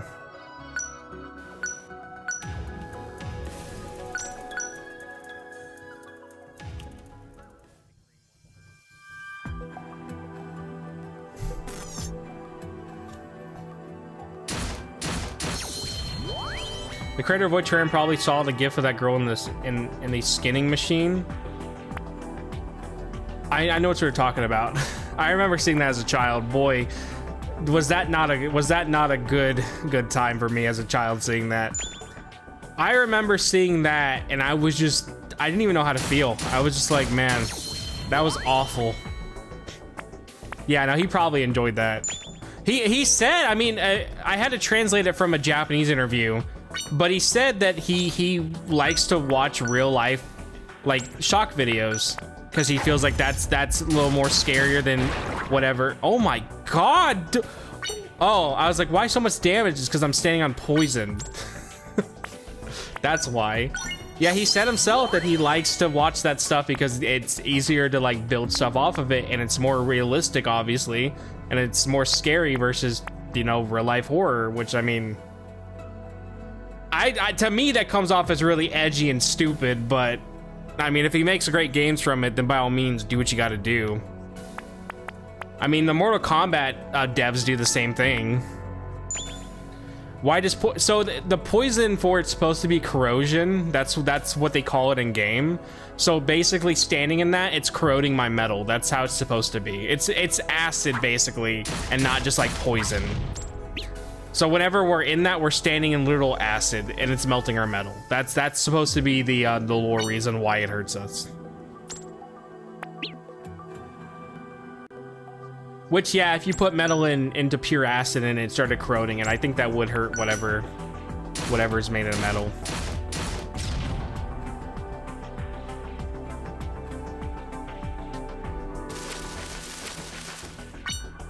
Yeah, I mean, it is. Like, I'm not denying that part. What I think is just kind of edgy is when, like, you look for that stuff out of fun. Like the Mortal Kombat devs, I get it. They look at that stuff because they're trying to build like really messed up fatalities, and they also, a lot of them have to do therapy during dev time. They made it very clear that a lot of the devs, when they have to look at that stuff, they offer them therapy to kind of deal with it, because it's a lot to look at that shit. It's why, like, anybody I ever see in the comments, they're like, oh, I look out gore because it's fun and it makes me feel alive or whatever. I think they're stupid. Because there's a lot of really messed up stuff, and looking at that isn't really something you want to be looking at. You would have seeked it out for enjoyment. What are you 7 and edgy? Nah, I get it though. I'm sorry, if you really do that though, if you look out gore for enjoyment, I think you're fucking weird. Oh, you would never. Okay. Because like my friend, his job is basically doing that, to keep it very, very vague. And boy, is it not fun. I can tell you that. It's not fun to have to look at that shit. Like, I'll go off on 2 of my experiences. I remember I used to have an edgy phase where I would watch his stuff.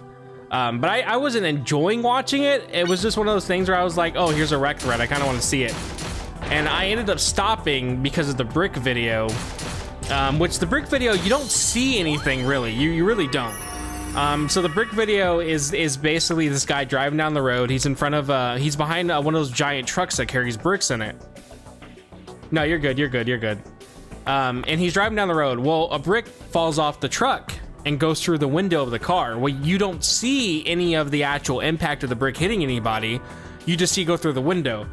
But what you hear after, that shit stuck with me more than I thought it would. Like, to this day, I vividly can hear that video every time, and it is never a good listen to. That's really what made me go, oh yeah, these are real fucking people. Because a lot of the rec threads usually are just like security cameras, so it's not really as bad. But when you hear real life people in agony because they watch someone die in front of them, no, it is not a fun time. And that's why all the comments are like, oh, I'm gonna look at gore because it's like edgy and funny. Ha, look at this guy get beheaded or whatever. It stops being funny when you really put in perspective that those are real people. Like, and if you find any of that shit funny, like if you're going your way because you think it's funny, you need to go to therapy. But that's why with Furuya, I think it's edgy that he does that. But if he's using it to make better games, then by all means, at least he's doing something productive with that type of stuff. But I still find it edgy as shit, and I think it's cringe. Again, the only excuse I could ever really say, and even then I think it's still kind of something that shouldn't be happening, is with the, again, Mortal Kombat devs. I do not think in any world do the Mortal Kombat devs need to be looking at actual gore to make a good fatality. Nobody should have to be fucking doing that. Like, I get that they're choosing that, but like, I feel as a company, I would be like, no, just don't do that. Because at the end of the day, you're making a game. It's never going to be realistic. And if you make realistic fatalities, mostly what you're gonna get is beheading. The fatalities in the game aren't even realistic as it is. So it's just always weird to me that that's something that they would do, is look at realistic gore videos to make fatalities, when the fatalities are so over the fucking top that like none of that would ever translate to real life. But yeah, death is always sad. I think it's so cringe with a lot of the TikTok. You see it mostly now on TikTok, where it's a lot of people there that talk like that, where they're like, oh, like I would watch gore because it's funny, and it's just like, okay, dude. Like, I get it. I've had my edgy phases, man. I played Shadow the Hedgehog and liked it. Everybody goes through their edgy phase.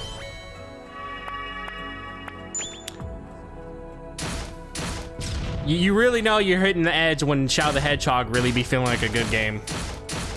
You don't understand, Mom. He says damn 7 times in the stage. How could I not love this? It's not a phase. I love hearing Shadow the Hedgehog go, damn, not here. Or just like taking things to the extreme. Yeah, I mean, and by all means, if you're using it to be productive in your art, while I don't agree with it and I think it's cringe, then like go off though. If you're able to make something productive from it, go off. But if you're just looking at that stuff for fun and you think it makes you quirky or whatever, then you're weird. I will say Source Slut got a lot of backlash though in their music, and this is also a me thing too. With the new album coming out, it's gonna be more depressing than usual. It's gonna be like a pretty depressing style album, because when I made it, I was in a very bad place in my life. But the one thing I try not to do is ever use real life clips of suicides, like audio wise, or any type of like person who committed suicide. I try not to use their clips of them talking about wanting to do it or whatever. And Source Slut, a very well known artist in the type of genre of stuff I make, used to use a lot of actual like audio of like 911 calls of people finding their family members dead. That I don't agree with, because to me it feels dirty using someone's agony for like a song to bring a mood in, when I could just find a fake audio of someone doing that from a TV show and get the same exact mood without having to try to use someone who was in a very awful state at some point just to make my song sound more sad. And they would do that a lot. Also, I have no... Shit, I'm gonna die. I have no way to survive this. I gotta hope I get lucky. Okay. No. I was like, I have to hope I get lucky with the dodge. Yeah, no, I mean, they usually are. I don't expect any actual grown-ass adult to be making comments like that. At the most point, they probably are children just learning about their first shock video.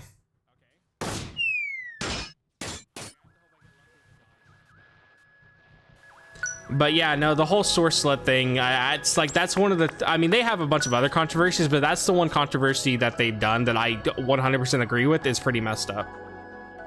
Because like, even with my, like I said, with my depressing album, a lot of my audio clips that I use are from like TV shows, because I can get the same mood that I'm trying to bring without actually using a real life audio tragedy. I would say the most edgy audio I probably ever used was the one where it's like a mother who brought her kid into a oh, why is she doing that face? What does she want something from me? Oh, it was a mom who brought her kid into an interview because he was taking psychedelics so much that she thought he was crazy, so she brought him an interview. I would say that's probably the most edgy audio I've used that was technically real life. But I would say that's probably the worst I've used. And even then, that's not even that bad. Because he was fine. He just wanted to do drugs. So, I mean, he was okay. He just, like I said, wanted to do drugs. I'm gonna go here. It's a lot easier to get through this area than is the other one.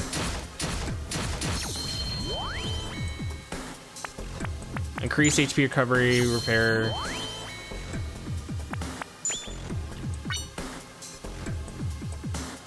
Man, that was pretty rare of me not to have a weapon. Usually I have a weapon, honestly, like by the first area.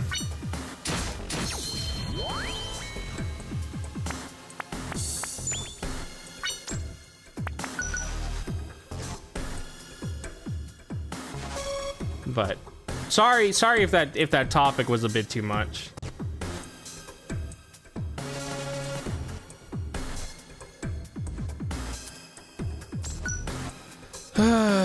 Dude, it's just there's not a lot to talk about besides what I'm talking about now. I mean, there's not a lot to talk about for the game itself, because again, it's just me treading through the same shit I've been treading through. You not having a weapon really hurt me. Well, get over it, buddy, because I still don't have one right now.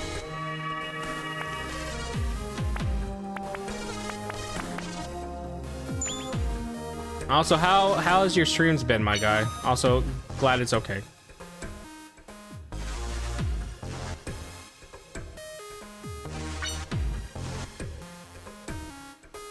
Ah!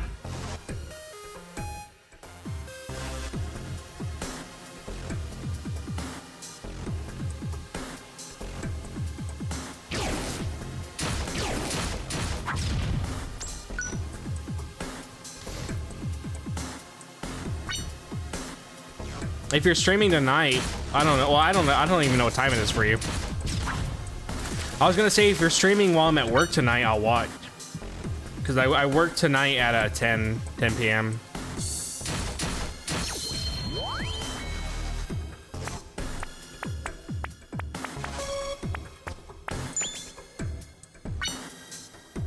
I want to assume we're almost done with the game. I really do want to assume. Because I don't know what else we could have after all this. Like, we're getting Toriko basically together for her to die. Like, what else could we possibly do after this besides VR world stuff?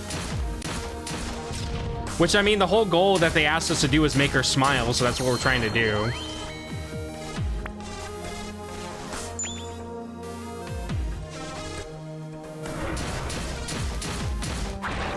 Man, I am not doing good.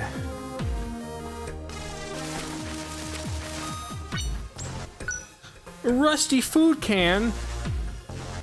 I don't know, but I did complete Crash 2. That's cool. I still need to play the Crash and Spyro games. I've never played a single Crash game, and the only Spyro game I played was Enter the Dragonfly.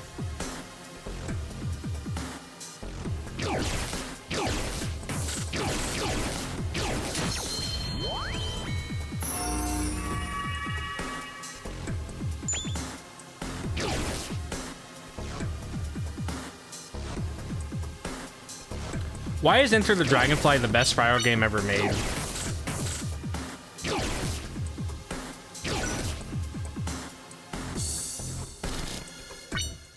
I love that I can do that so fast sometimes that I get it framed perfect before the text box pops up telling me to go to the next floor.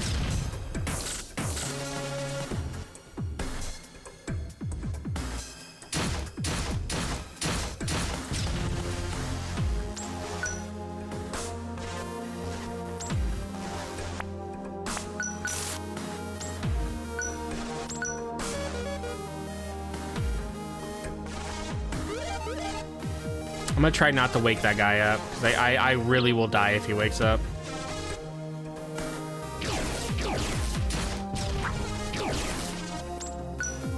Please give me something good to work with here. Okay.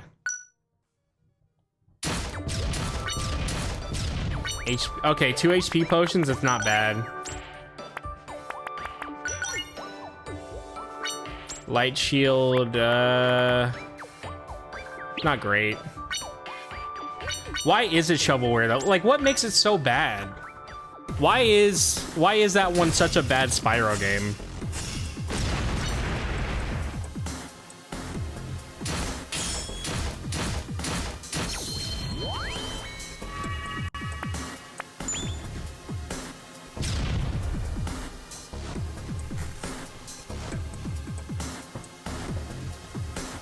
Oh, it's just badly made then, huh?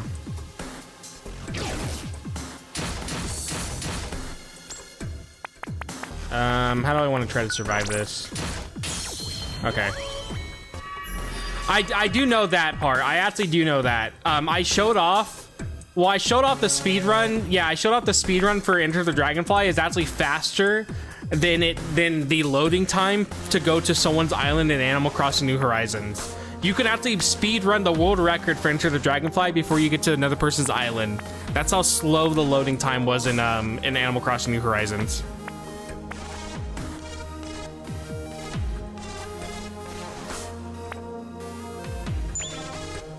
I think that's probably why I don't really know how bad it is, because like I said, I've never really played the Spyro games. Is the remake for Enter the Dragonfly any good?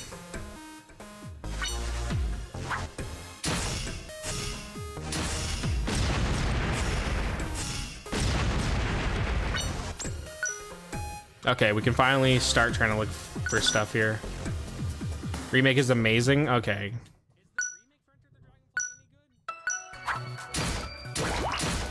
All right, so that means it's just gonna be a random spawn here. Yeah, I did see that was free on Game Pass.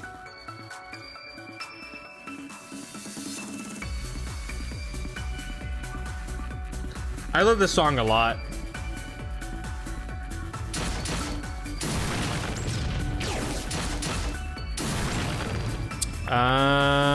Shit.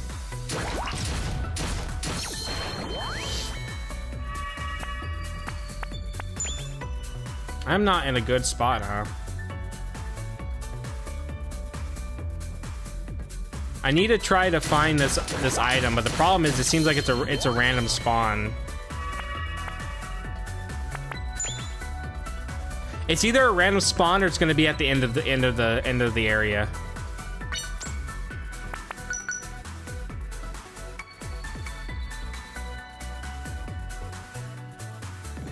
I don't have... Okay, I have like 1 battery.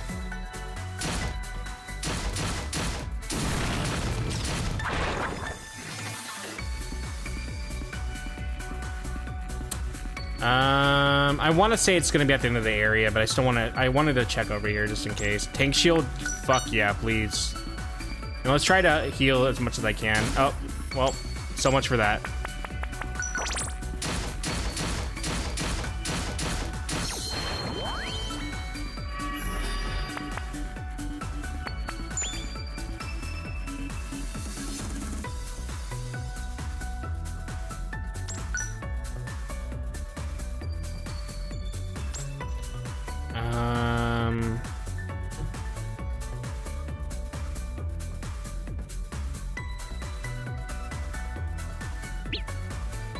I'm not in a good position at all.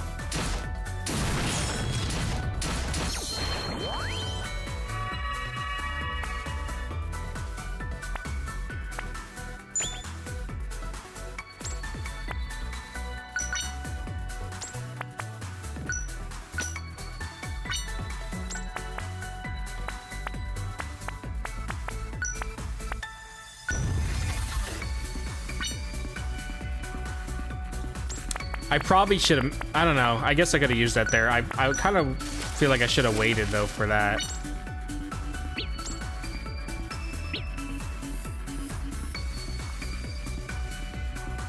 Because I didn't realize how much it was going to heal.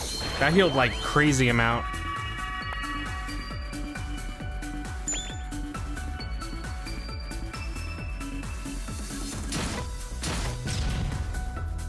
I'm doing a bit better now with the weapon I have. Okay, real quick then, we're gonna go ahead and give her mystery meat, try to help her not lose so much. And then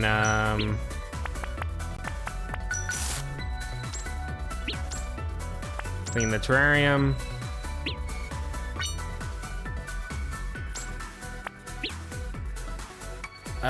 I keep forgetting that I don't know what this spawns in, what floor this spawns at, so I should really try to check everything.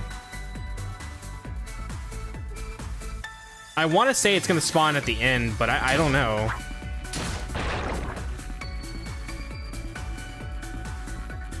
I really have no idea. Usually it tells you, but sometimes the game just won't tell you. Mystery meat product. I remember the first time I ate Spam.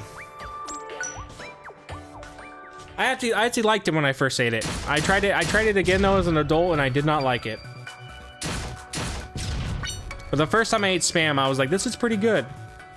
And then I tried it later on and I was like, man, this is awful.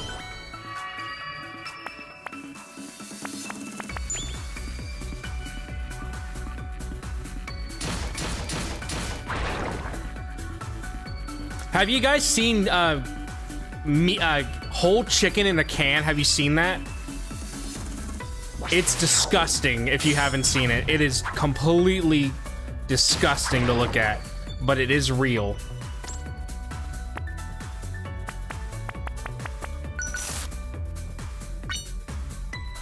It is a whole ass chicken inside of a can.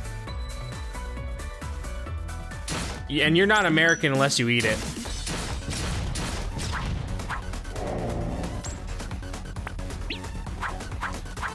I don't think it has jelly in it. I think that's just the fat from it, though. Is that jelly or the fat? I thought it was the fat from it.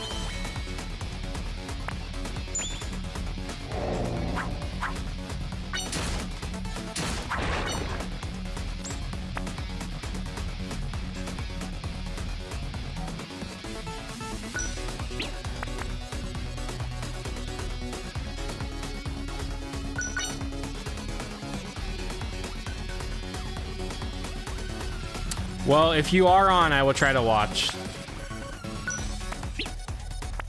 I can summon a monster house. We'll probably end up doing that.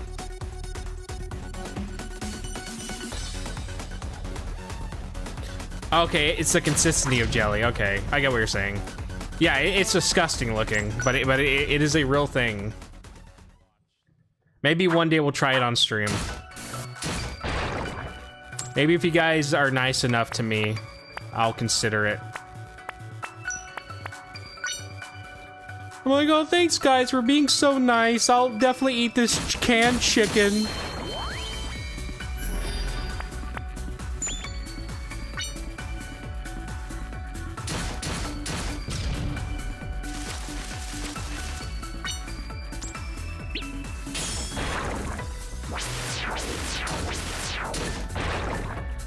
I love it. It goes psh, psh, psh, psh. It doesn't stop. I love that.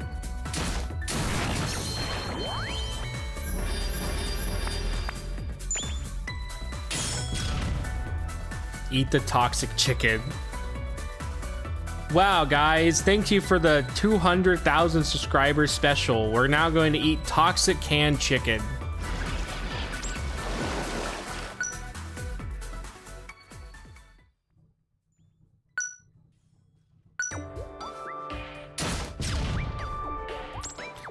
It's like the game wants me to have more of these.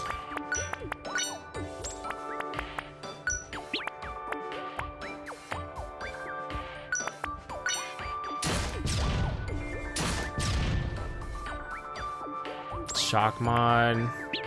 None of these mods are ever worth me doing it.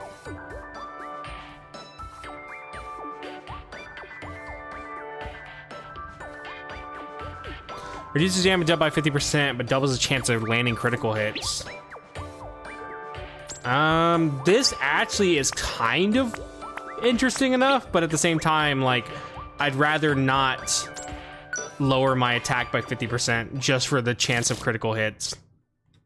When I already had basically two-shot everything. I would end up four-shotting everything if I did that.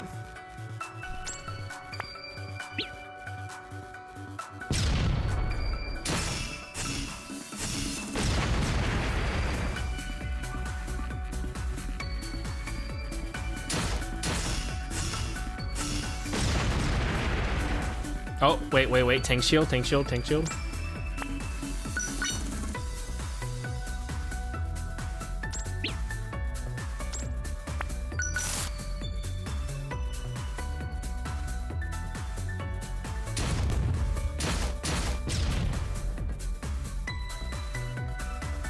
Let's summon a monster house. I'm feeling risky.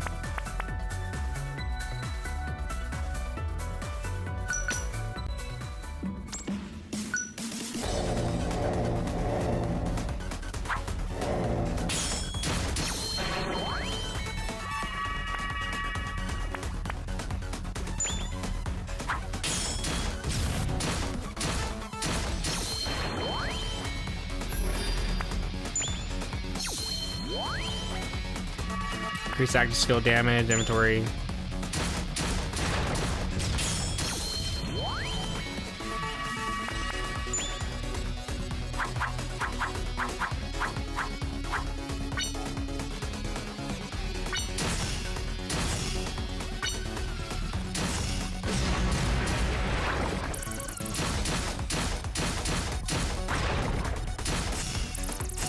Stop! Get away from the fucking... Oh my god, stop! Get away from the bomb, dude. Jesus. Stop getting into the glitch trap, dude. Oh my god, I'm actually about to die because I keep getting infected by traps. Really nothing else but because I keep walking into the traps.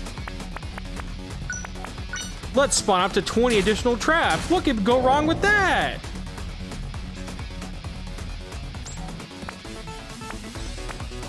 All right, I'm pretty much good for batteries, so let's do this. Then we'll use the battery that I'm standing over.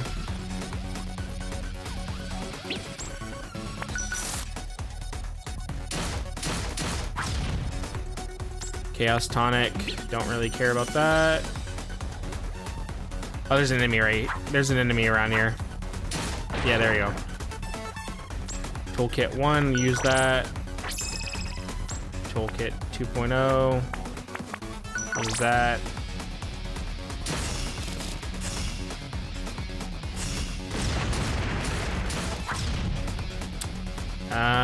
Toolkit 1.0.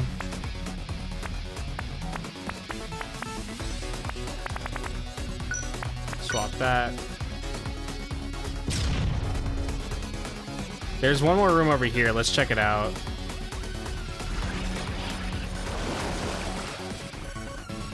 Okay.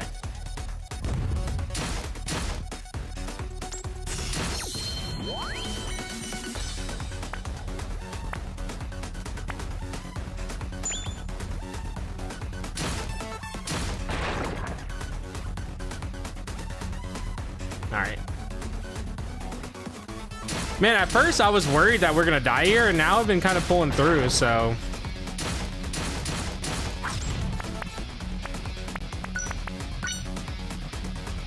I'm actually surprised how well I've managed to pull through with this one. But I still don't know where the spawn thing is gonna be. I have no idea if it drops, if it's a random drop like the chicken was, or if this is like one you just come across.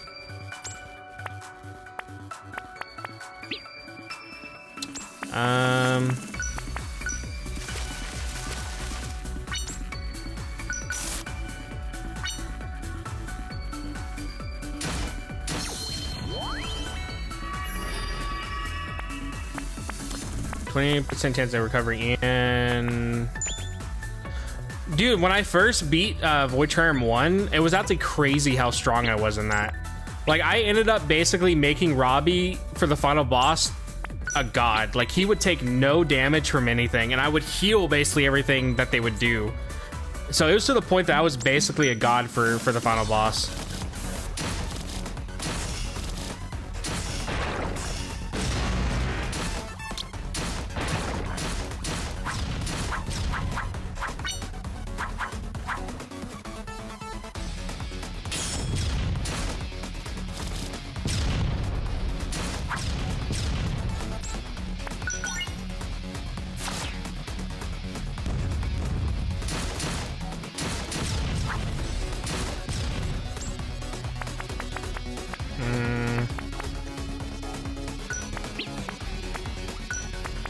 Honestly, I'm gonna get rid of Self-Destructor, because I shouldn't need to have to run the risk of doing that to take something out.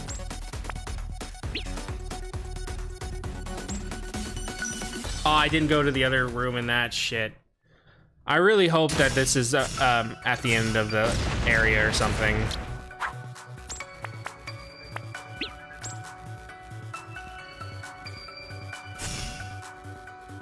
Alright, well, he's gone.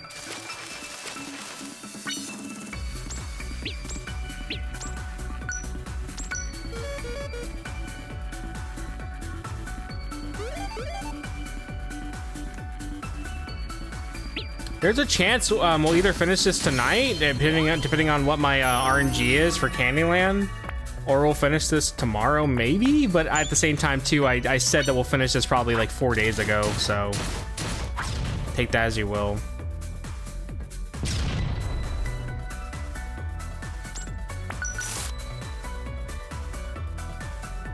Yeah, we're almost there. Again, I'm still having fun with this, but the burnout of playing Mystery Dungeon games is hitting hard. But that's why the next game we're gonna be playing is gonna be Pokemon Mystery Dungeon, so. And then after that, we're gonna play another Mystery Dungeon. We're basically a Mystery Dungeon channel now at this point. All I play is Mystery Dungeon games. Dude, another monster house.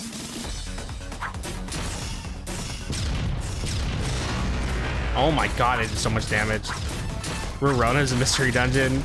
Dude, I'm surprised Atelier has not made a Mystery Dungeon style game. I'm actually surprised by that. That shit would go so hard if they did like a Persona Q style like game.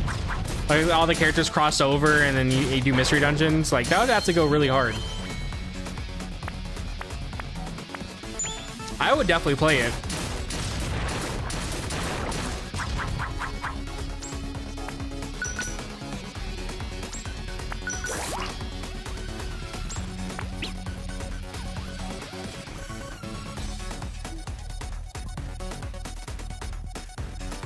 Nothing for these.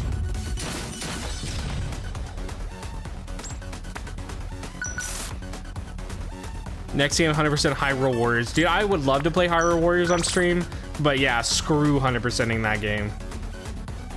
That is like a testament if you like 100% in games, if you can do that one.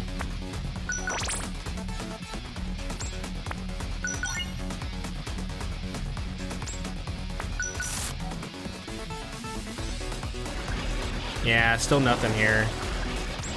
Damn it, dude, my fucking food got contaminated.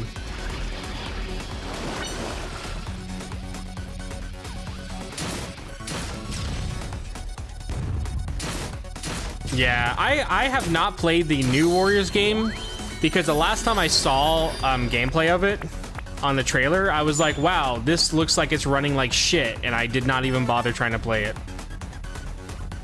Because I remember watching the trailer for the Warriors game for the new one, the Hyrule Warriors one. Well, they're all called Hyrule Warriors, but the Breath of the Wild one. I was watching gameplay of that one, and I was like, wow, this looks like shit. Because it was like lagging in the trailer alone for showing gameplay, and I was like, this looks like it's gonna play bad. Dynasty Warriors 9 was straight ass. Most Dynasty Warriors games nowadays are bad. There is the one Dynasty Warriors game though that has people from Atelier Sophie in it, if that's something you're interested in. It's like a crossover of a bunch of games from them, and Atelier Sophie, Sophie shows up in it. But apparently people didn't like it. I didn't mind it. I thought the crossover one was fine.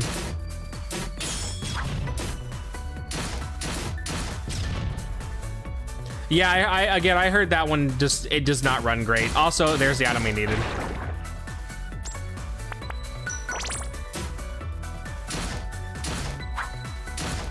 No, you're not gonna kill me here. Screw off. I'm leaving.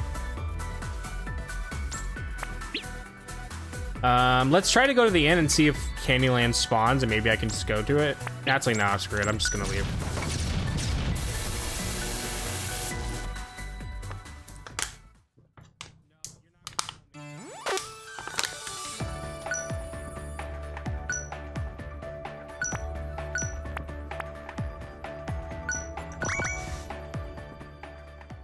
Yeah, the All-Stars one is the one I'm talking about, yeah. My favorite character was the cat with the samurai cat with guns.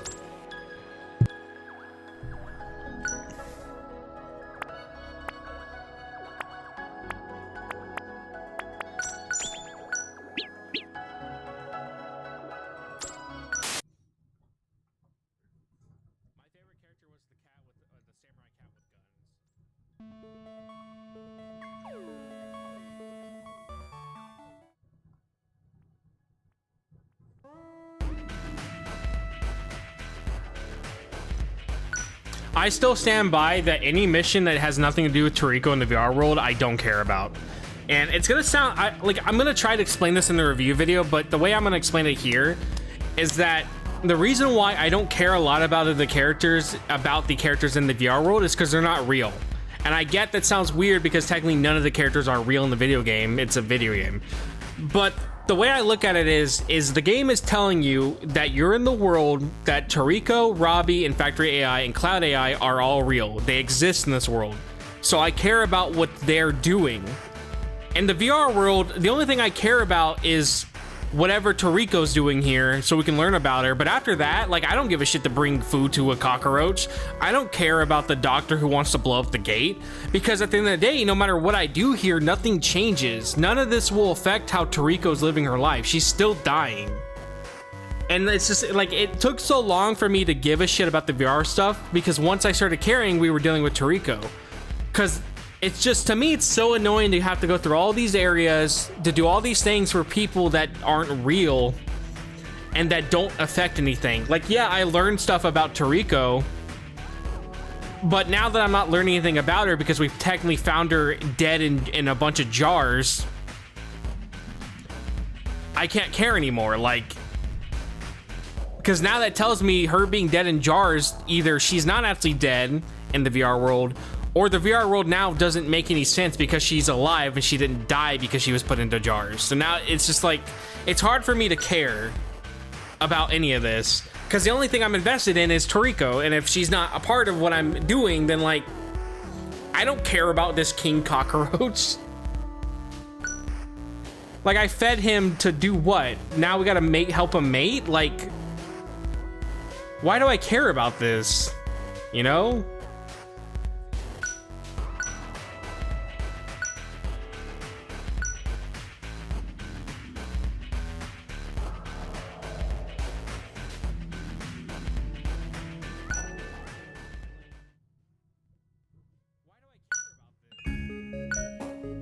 Maybe it will make more sense later.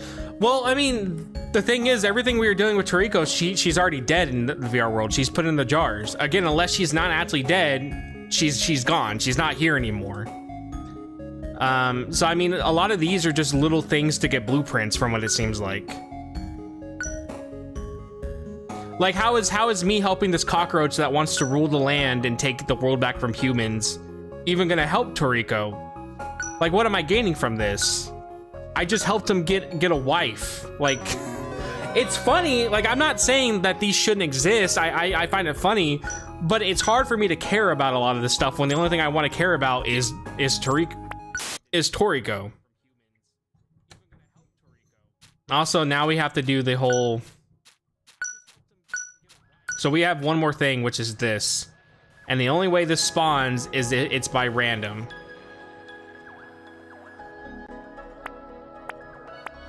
So let's see if we see it. I don't see it here. All right, so we're gonna try. This is completely RNG if it shows up or not. I had it show up one time and I died, but this is completely RNG.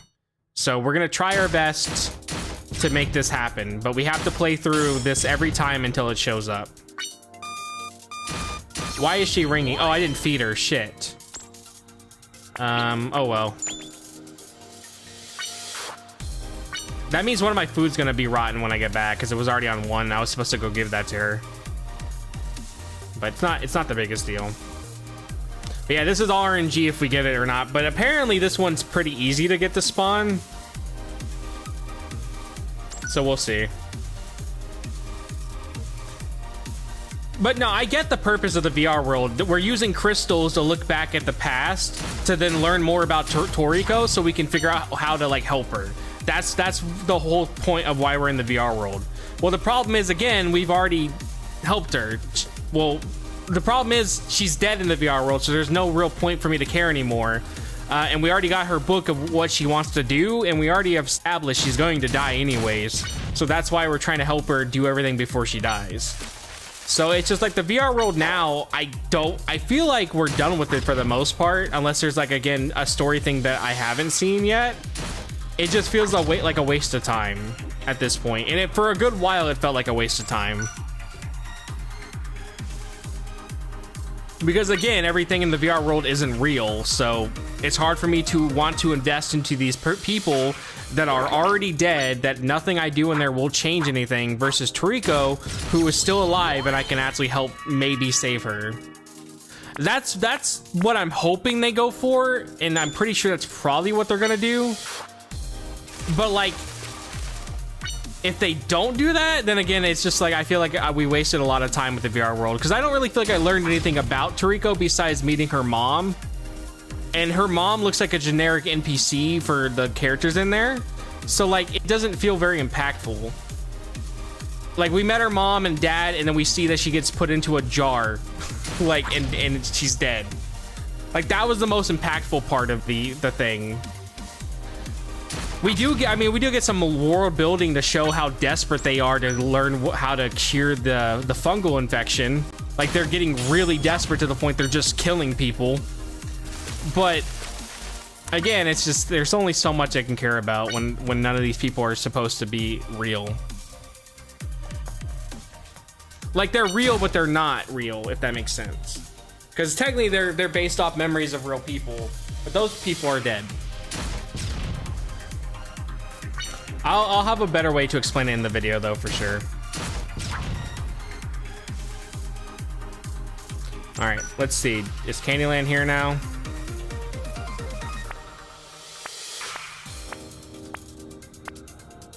If it's not, we just gotta leave. I don't think it's here. All right, we just gotta go back home.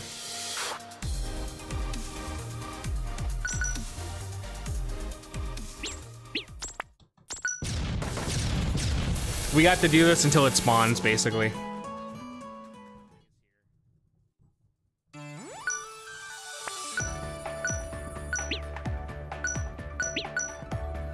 All those are contaminated, so I'm not gonna take them.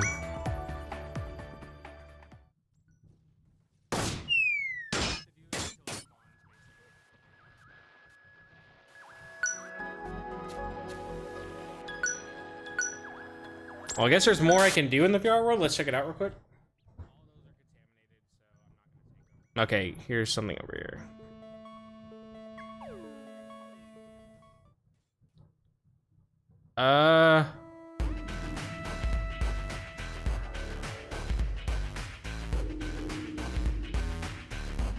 Oh, it's just you. Hey, thanks for the other day. Escape. Whoa, hey, keep quiet. We're goners if they hear us.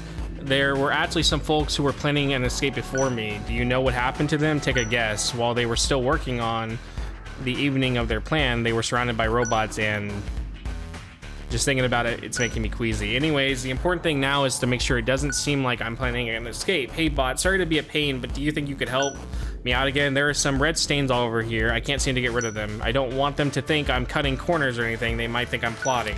Something I don't want to die. Can you show me how to get these stains off?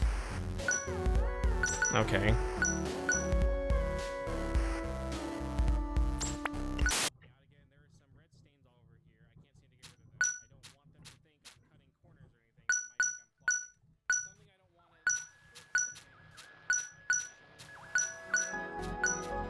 Where would this one be? I am not going all the way to the crystal roachman for that shit, dude. You got me screwed up if you think I'm gonna do that. That is so far away.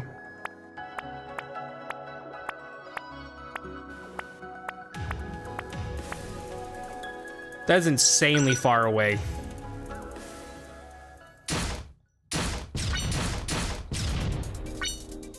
At this point, I'm just ready to figure out what's going on with Toriko. I know there's multiple endings though. So I'm gonna focus on Toriko right now.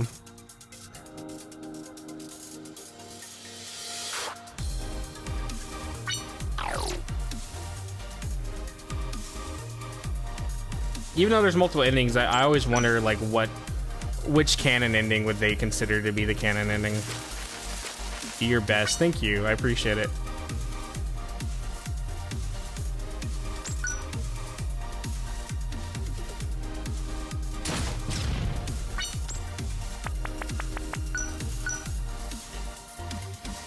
I forgot to feed Toriko. Shit.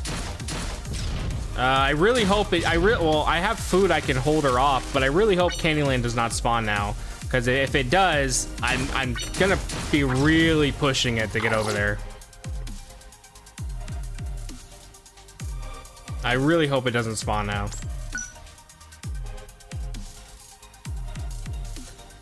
Like I can hold her off for the most part with the food I do have, but that's gonna be really annoying and not really worth trying to risk it, because I have to go basically all the way past floor 20. Like, if it does spawn, we have to get to, like, floor 20 something.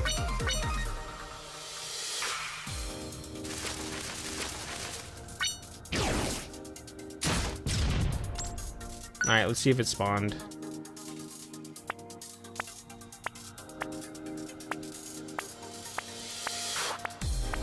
Nope, it did not spawn. Okay, let's go back and actually feed Toriko.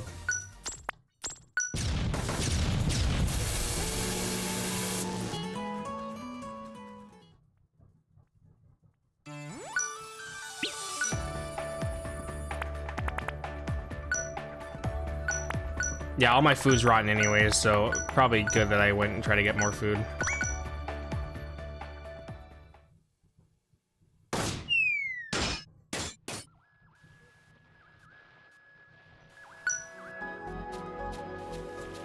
It sucks because I had Candyland spawn that one time and I ended up dying trying to get to it. She wanted to play tag, but I need to feed her real quick.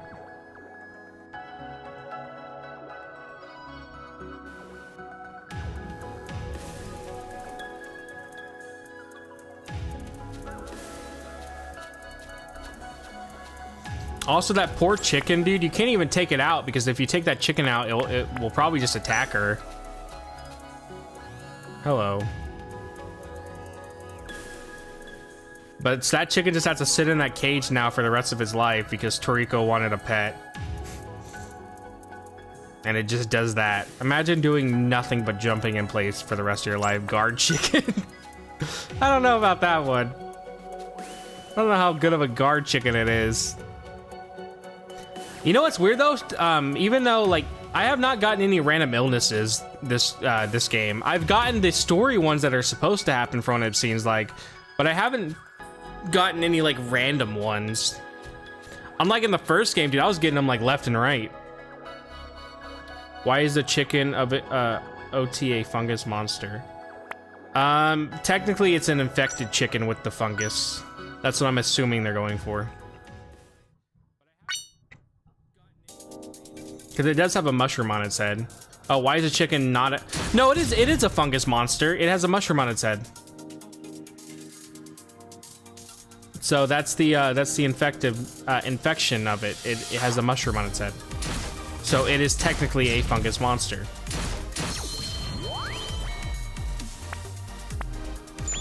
And it does attack me, so it's not very friendly, to be honest. So I would say it's pretty monstrous, in my opinion.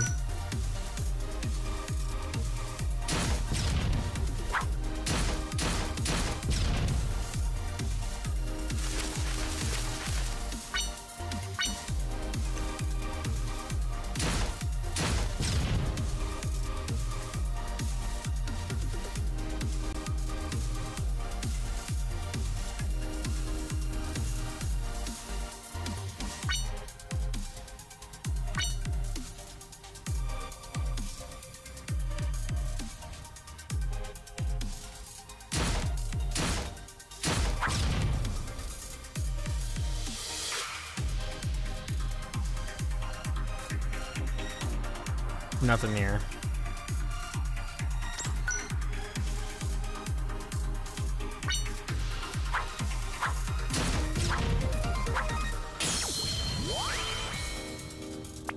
Attack 2. Let's go with that.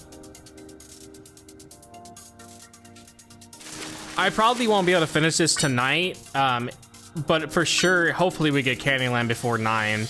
But if we get Candyland before 9, I'll at least be able to do that, and then probably tomorrow we'll finish this if we're near the end of the game. I really don't know how much more we have of this. I do feel like though this game is just longer to be for the sake of being longer than the first one, and it's a little bit again much. Because like I said, the reason why I love the first one is because again it's tedious gameplay, but it never feels insanely tedious. While in this one, this feels insanely tedious.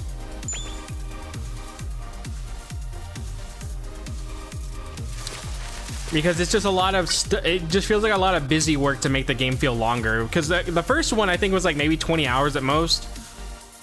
This one you're averaging an extra 10 hours to beat the game, so you're averaging around 30 hours for this one. And I just think that is way too much. Also, here it is. Cool.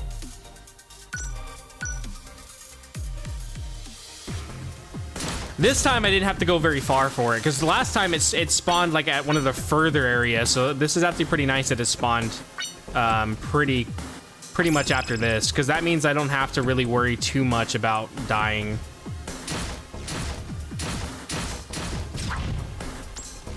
Yeah, no, we located it, thank God. That didn't take too long. See, that was a lot easier than the chicken one. The chicken one was so annoying.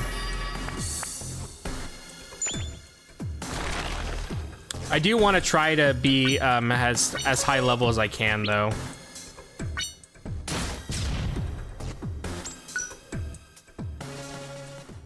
All right, what do you got? Toolkit, Chaos Tonic, Stealth Mod, Quiet Mod.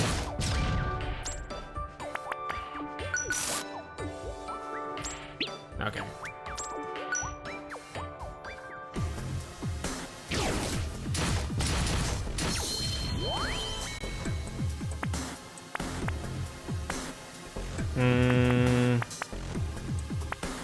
Honestly, it'd probably be good to have a better way to get leaky batteries, even if it's 5%.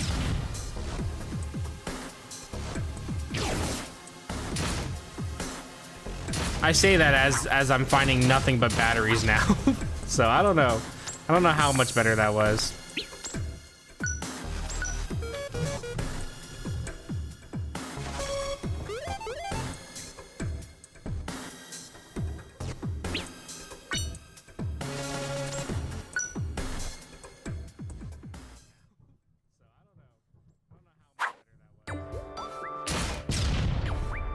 Area shield.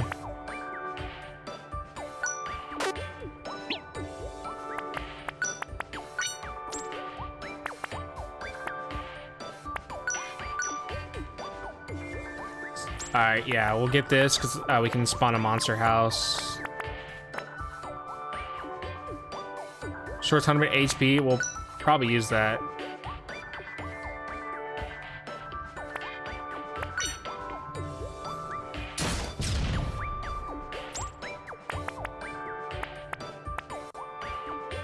We'll keep the repair one just in case.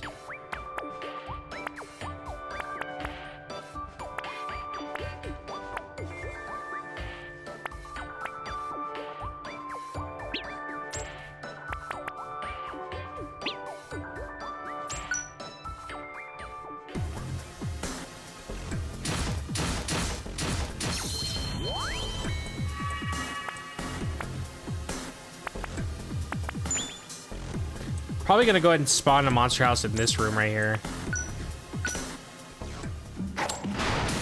Oh, that's bad. Oh, that's really bad. Oh, that's really fucking bad. Oh no no no no no no no no no no no no no no. Oh god. Please stop. Oh god, this is really fucking bad.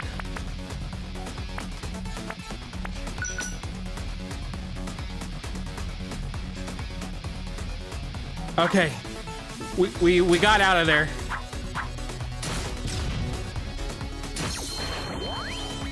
It spawned a death house, which was like some of the strongest enemies in the game. That's the first time I've ever seen that one.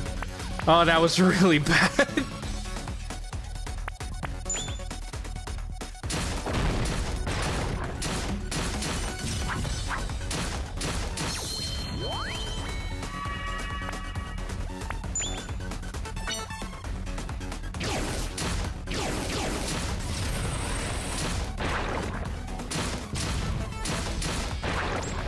Okay, shit.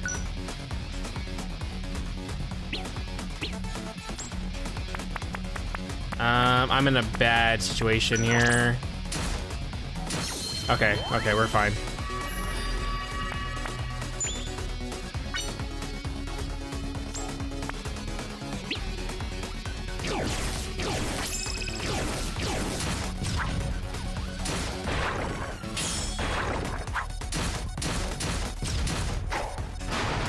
Stop fucking throwing me, dude. I hate that he does that shit, dude. It pisses me off.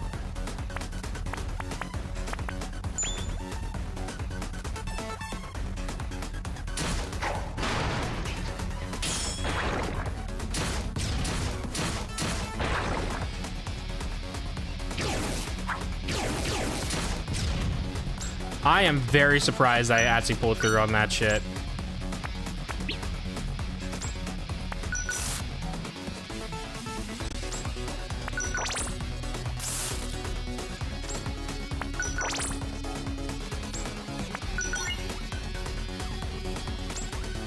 Do I have any... I don't really need any other batteries right now.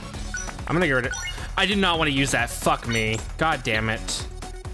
That's gonna drain my Ian now.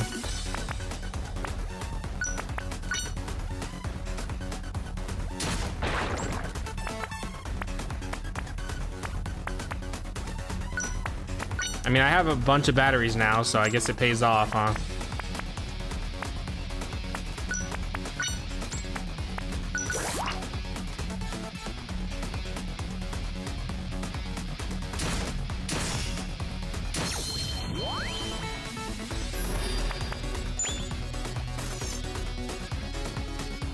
I try to get out of here because my Ian's dropping really fast.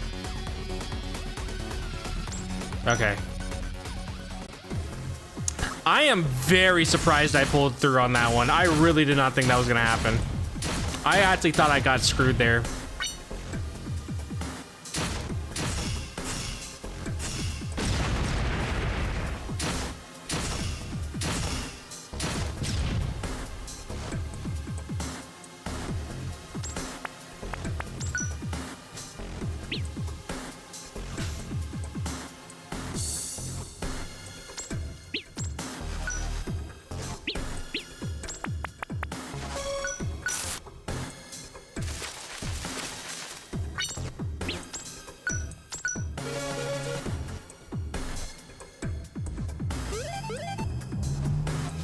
Hamtaro emote is correct. Jesus Christ, it's a loud fucking car.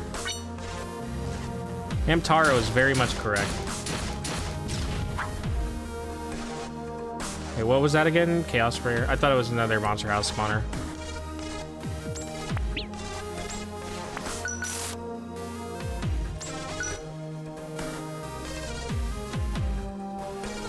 Robbie needs a car. I feel like we would get very far if we had a car, yeah.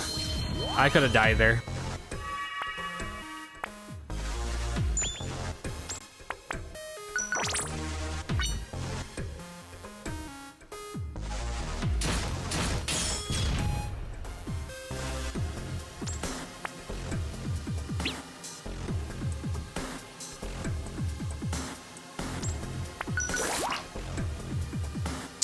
Not corrode, dude. Oh, and I got fucking corroded again.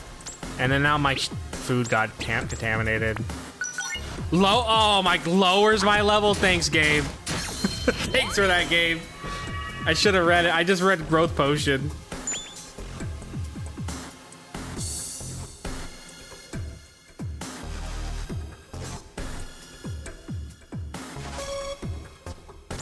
I'm being a little bit too risky, I would say.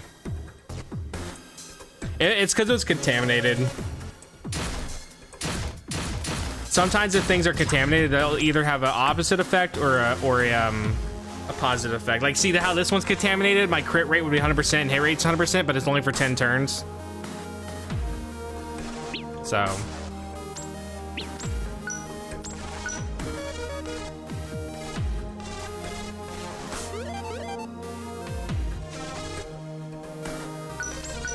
I did not want to feed her twice. God damn it. I really hope that the item I'm pulling out is not going to be contaminated. Because that, I didn't want to do that.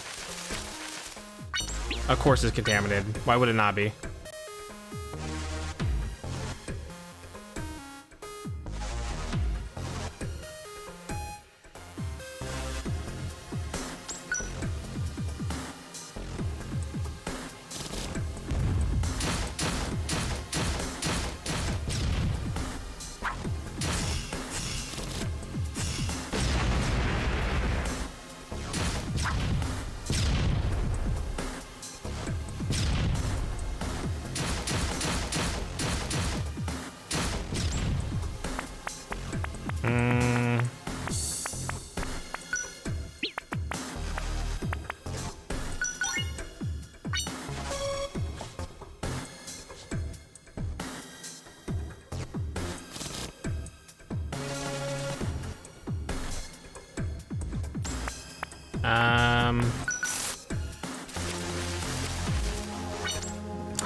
Did it again, dude. God damn. All right, Candyland we go.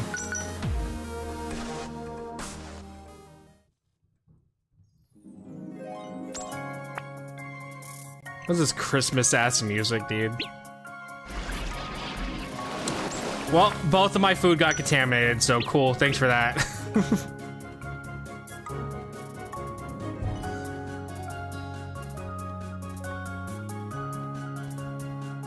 I was gonna say Xmas, but yeah, it's like Christmas ass music, yeah.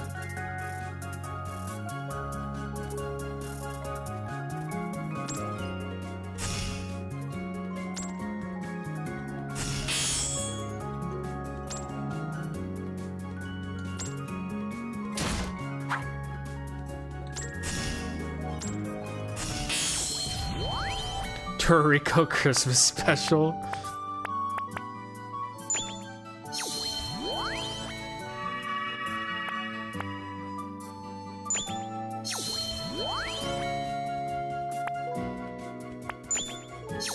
Well, god damn, dude, that's I gained so much level ups from that. I'm glad that they're not aggressive. Okay, that guy's very much aggressive and he did a shit ton of damage.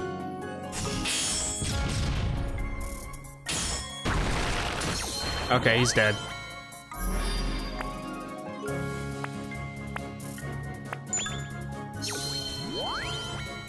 Something tells me I was very under-leveled for this. There are no people left to make music in this world. Yeah, no, this is all your music is, just this and nothing else.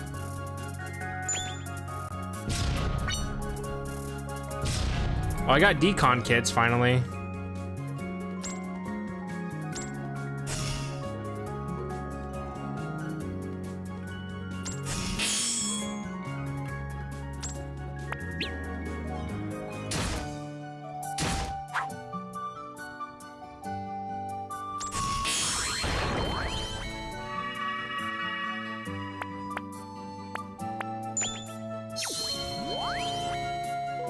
Increase inventory. Okay, yeah, increase inventory.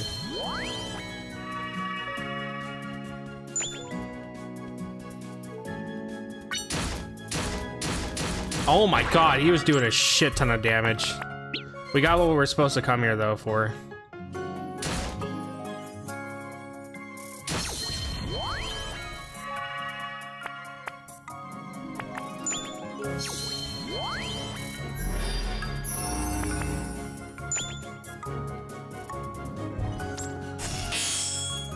Damn, I missed completely. Halloween seed. Dude, I want your seed. In Minecraft, to Minecraft, to Minecraft, to Minecraft, to Minecraft, to Minecraft, to Minecraft, to Minecraft.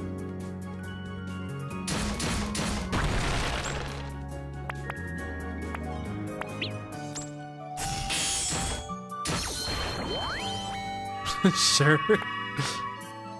Increase attack by 1. Mailing it now. Mailing my seed now. What's this? Ivy seed. Well, that's basically everything here. There's nothing else here.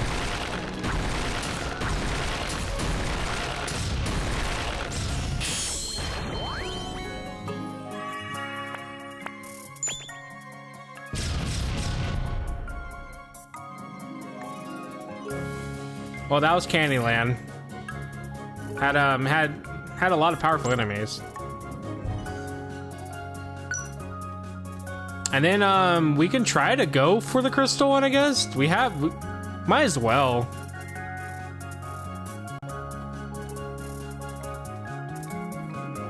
We might as well, dude.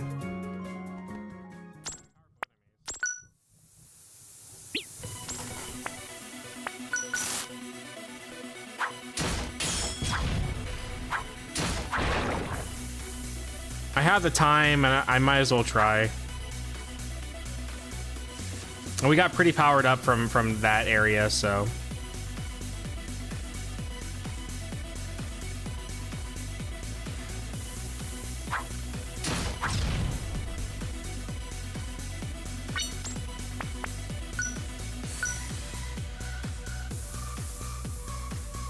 I believe in myself. Thank you.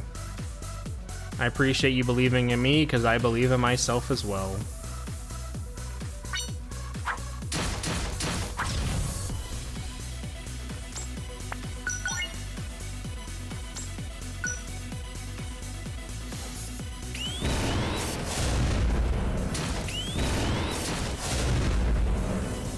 Feels nice to be able to two-shot them, honestly.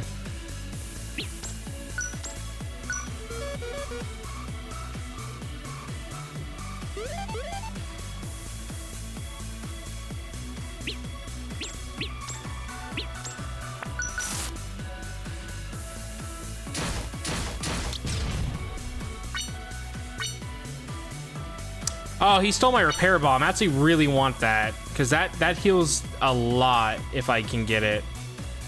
That kind of sucks. I really wanted that. Hopefully it'll come back around.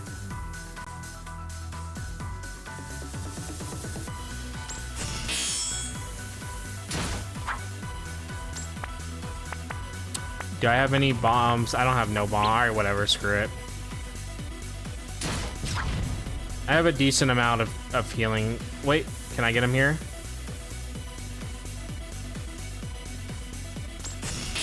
There we go.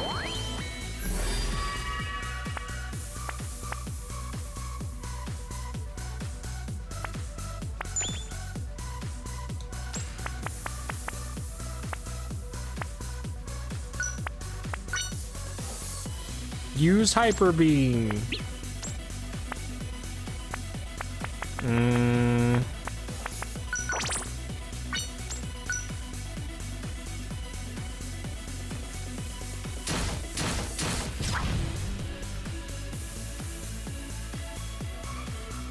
Monster House.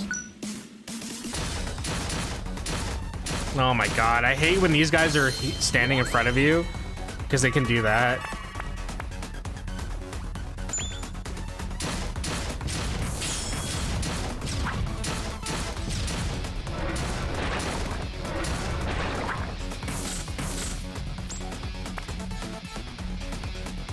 Hammer versus my blade.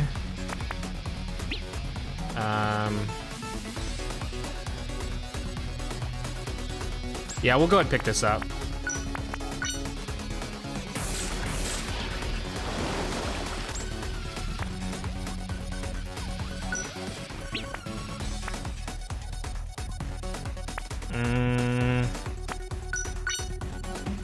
Oh, two of these? Okay, yeah. We'll pick it up.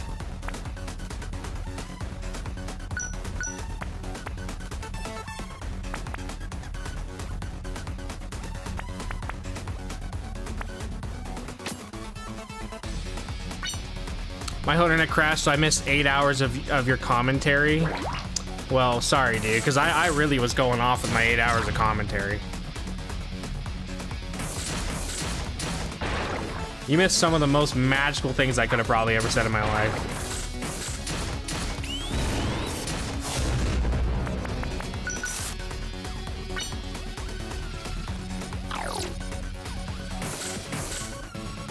You missed the part where I talked about how every American should be able to own a pet goldfish.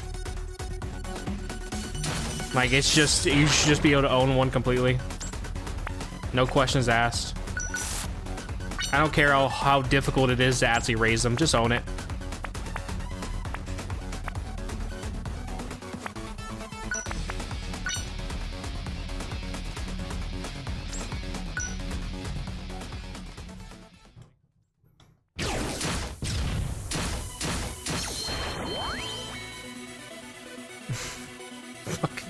Most political dogma shit ever. Yeah, I think all Americans should be able to own the right to a barracuda. And we should also be taxed to raise it 100%. Even if you can't afford the barracuda should come first over your kids. So that means if you have to get rid of your kids to keep the barracuda alive, you'll have to do so. The barracuda is the American dream. Why do you think there's a song called Barracuda?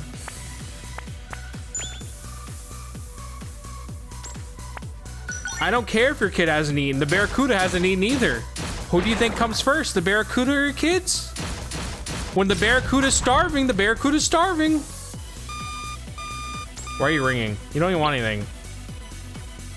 Literally ringing for nothing, dude. She don't even want anything. That's why it annoys me, dude. She does that and she don't even want anything.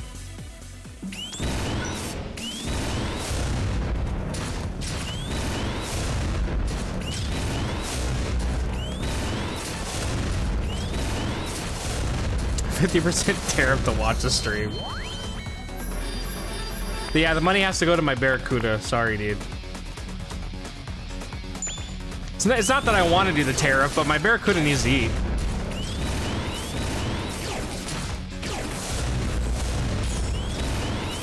Boy, do I love the sound that I'm hearing right now in my ear.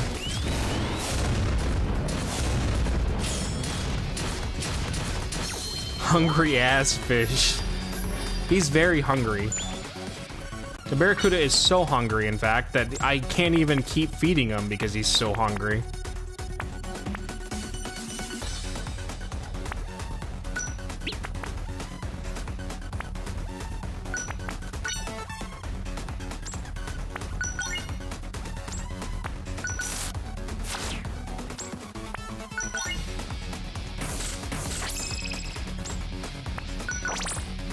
Hello, Dorito. Type shield.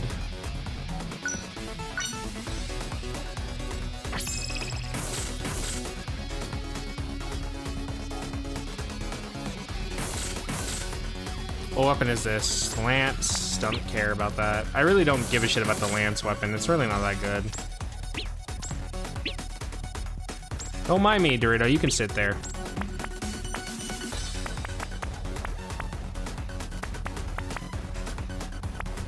Toriko better be careful. He'll fall into the Barracuda pit. He's actually sitting on my mouse right now. I'm gonna move my mouse just in case if he ends up moving it too much. He's sitting next to me though right now. The trap kit is like the worst thing. I don't know in any way, shape, or form you would ever want to spawn more traps. There's not a single instance I can think of where I'm like, yeah, I need to put more traps into the area. Because enemies that walk on it don't get affected by traps, if I'm correct. It just affects you. So legit, I cannot think of a reason why you would ever go, yeah, I need to spawn traps in. Because there isn't even an ability, I think, that like will give you benefits for having traps. Because I was like, maybe there's like some ability where like you get benefits for having traps in a room, but no, I don't think you do. There's abilities to make it where you don't step on them as much, but that's it. I should get a fungal infection to truly understand Void Terrarium. Apparently the mushroom that's in this game that's infecting everything was actually being a big deal in real life. Apparently mycelium was actually infecting people and killing them. Which is what the mushroom in this game is based off of.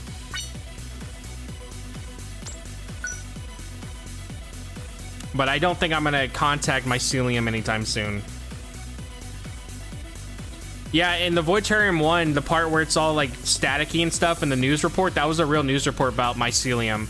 And funny enough, I didn't even know what the mushroom that was infecting people was called in this game. I just picked a random news report about mushroom infections, and I actually got the one that the game's based off of, which is mycelium.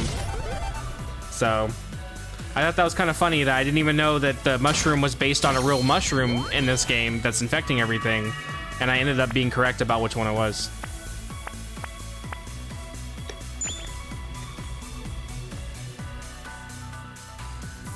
Get me the fuck out of here, dude. I'm ready to go, baby. Get me out of here. Inventory plan +5, please give me that. That would be really nice to have. Drill. Actually, nah.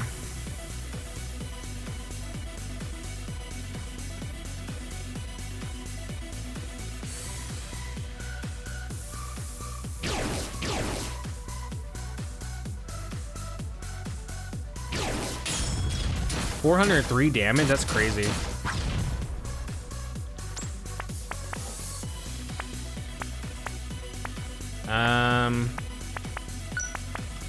Let me drop that real quick. Rainbow. Okay, that one I'm actually gonna want to have because of the fact that it's not contaminated.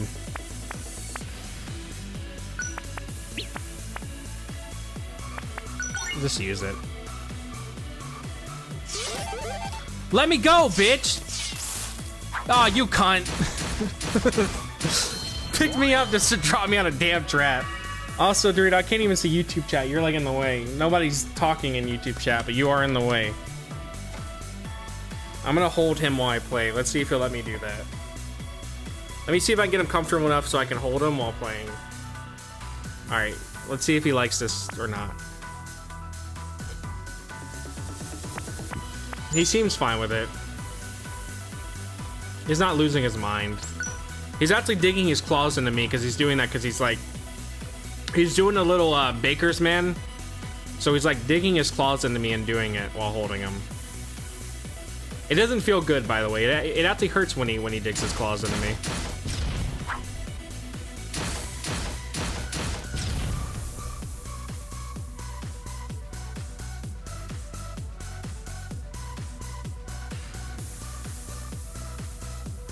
I need to cut his claws. Not like declaw him. I need to like cut the tips of his claws off because he hurts when he claws into me. I let him do it though because I love him, but it does hurt. I think if you declaw your cat though, you can go fuck yourself. I hate people that declaw cats because you're basically removing a bone out of their foot. I think declawing cats honestly should be banned. I'm surprised that it's even something that is still allowed.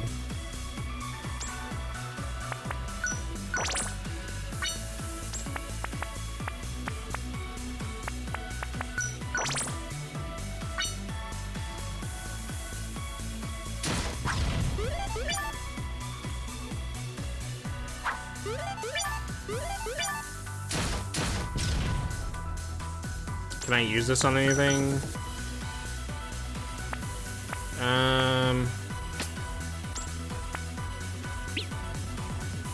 I'd rather have the boosted crit rate for 50% than have it 100 for only 10 turns.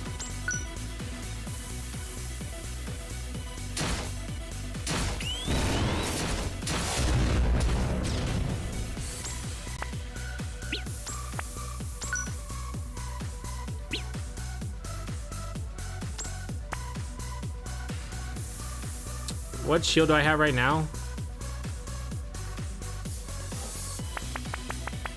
Okay, yeah, this is better.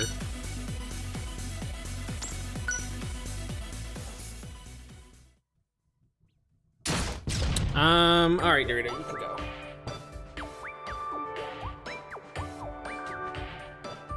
What's this? Attack plus. Yeah. Attack plus. Okay, yeah. Claws. Okay. And then I can swap this out with do I have the ability? I think I have the ability where depending on what item I have, well, what weapons I have, I get a +1 boost. So I'll go ahead and switch it with that.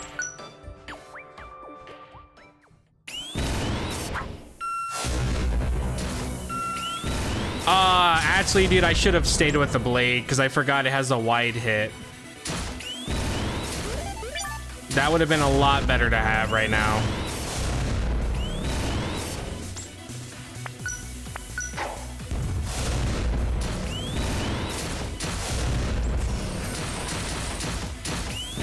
Why am I not hitting him?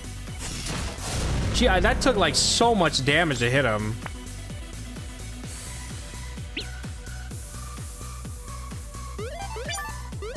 Yeah, I wish I would have kept the blade.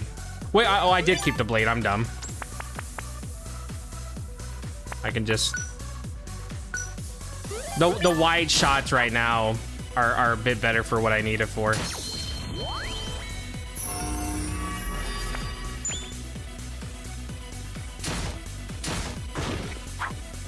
Like, see that? Like, that came in handy pretty much.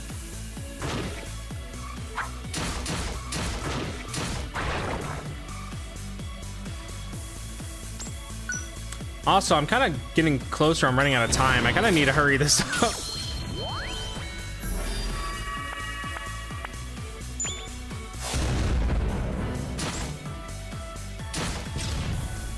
I actually did not want to... I should have not done that one. Because it made my... I mean, it halved my cooldown time, but now my my skills do less damage. I mean, it doesn't seem like it changed much, though. I'm still doing like 200 damage each.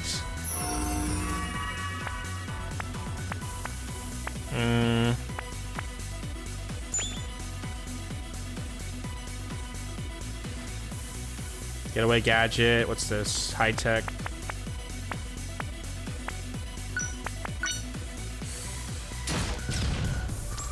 Red elements. Yeah, I'll take that.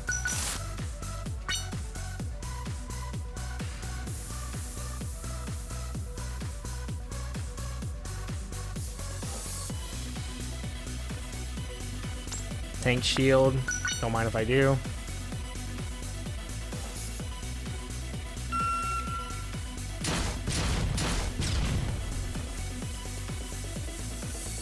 Don't mind if I do. Yes, please give me the tank shield. I would not mind. Why are you ringing me? You have nothing going on. Shut up, Toriko. I'm trying to play the damn game. You have nothing going on right now. What is your problem? All right, what floor do I need to get to? Okay, it's just we find it randomly. That's what we're doing here, so we will find it randomly.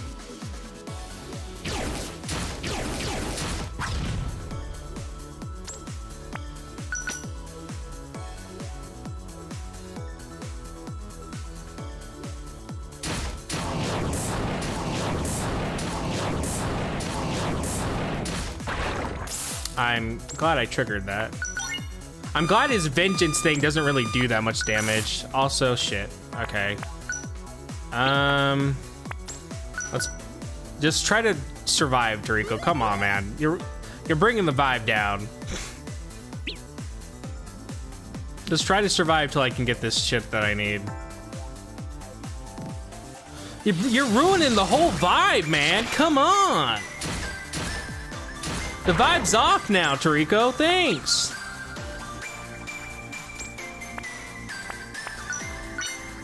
I can't believe you ruined the whole vibe.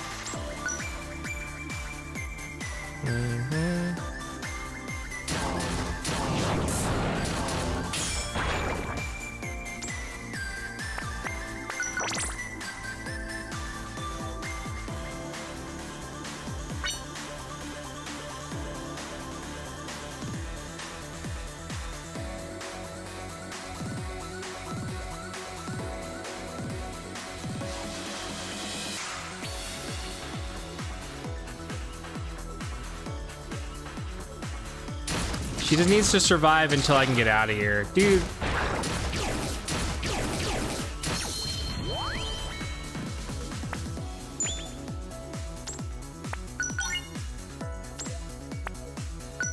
My critical damage is 200%. That is crazy.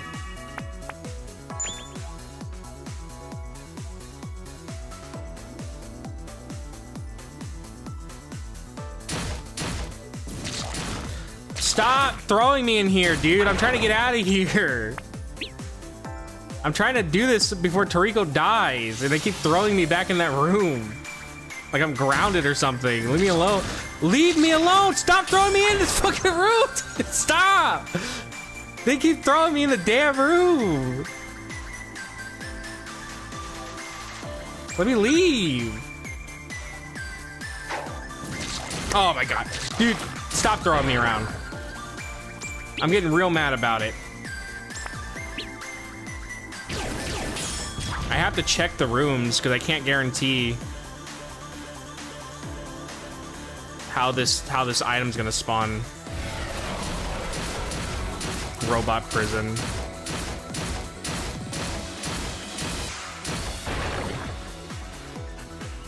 Oh, here it is. Okay, we got it. See, good thing I checked instead of just leaving. I was ready to leave. Well, we did basically everything we could do. I can't finish the game tonight, but at least for the most part, we did everything.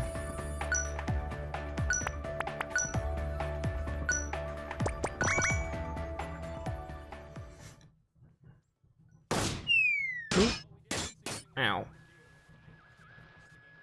We did it!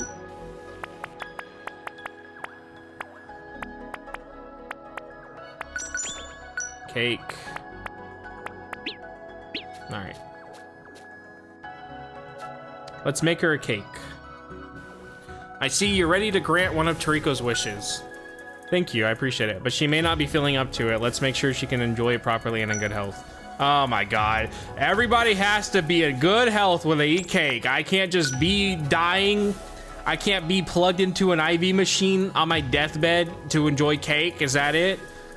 We're just not giving cake to sick people no more? What are they gonna do when they're sick? Never eat cake again, Factor AI? I think you're being a little bit judgmental.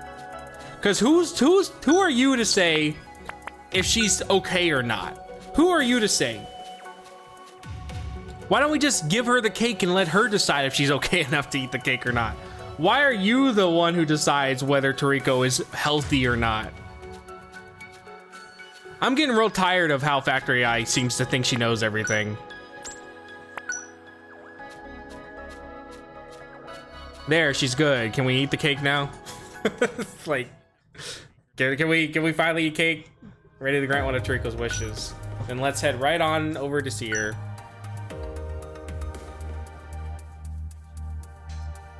Feed the cake to Toriko. Here you go. And this time, the cake's not a lie. The cake is not a lie, Toriko. It is real.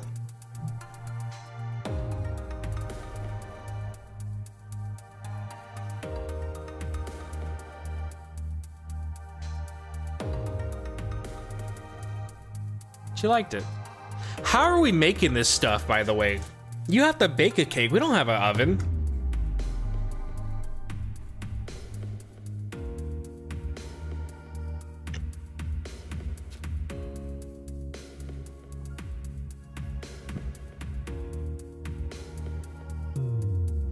You're welcome, Toriko.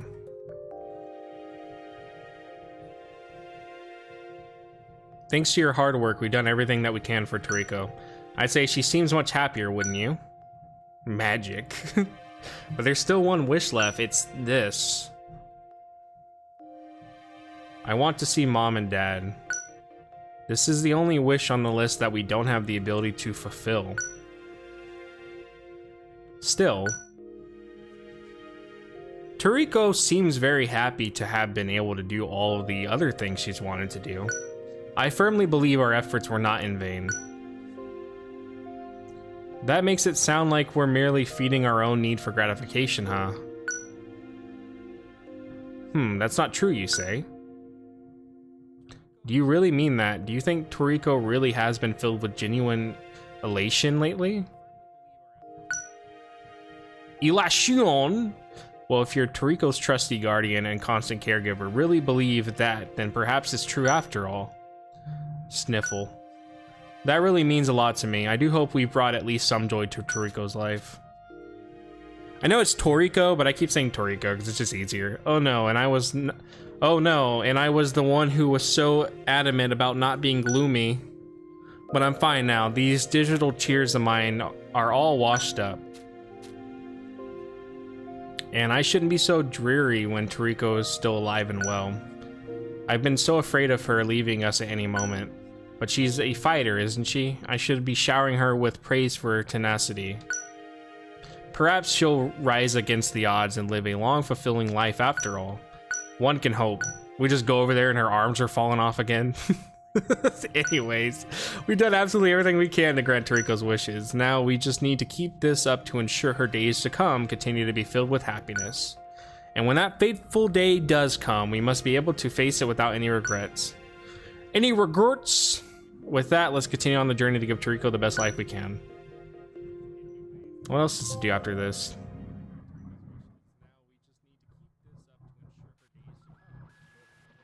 Oh.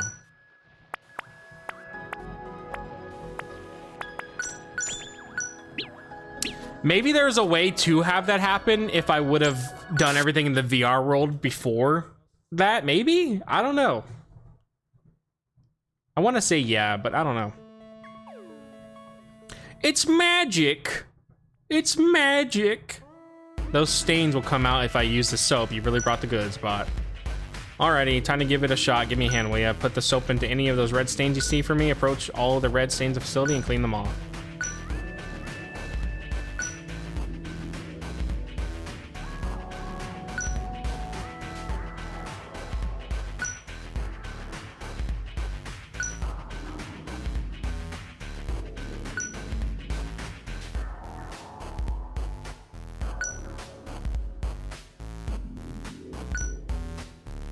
You know what? I may complain a lot, but I think I'll just keep working here. Sherbeat's trying to be brave and getting killed, right? Come on, you pussy, dude. You're such a pussy.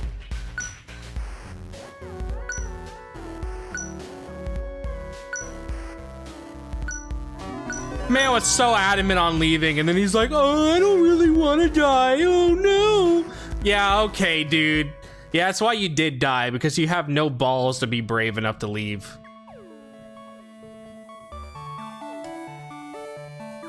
Oh, what's a worker robot doing here? I don't see you guys around often. Let me ask you something. Do you know the difference between viruses and fungi? Simply put, it's whether or not they have cells. Viruses don't. Organisms require cells in order to multiply. Viruses use the cells of other organisms to multiply and spread. But fungi can do it all on their own. They're self-sufficient in that way. I'm sure even now they're still up there on the surface multiplying. Oh, but where are my manners? I should introduce myself before prattling on. I'm Shinki. I shouldn't be shouting this out from the rooftops, but I've always been fascinated by fungi. I've been trying to carry out my research in places like this to avoid a people. I feel like some twist of fate have brought us together. Could you help me out? I hear that even robots on very rare occasions can be contaminated by fungi. I need you to retrieve battle data from contaminated robots so I can construct a theory. If you ever get into battle with the contaminated robot, could you give me the resulting data? Okay.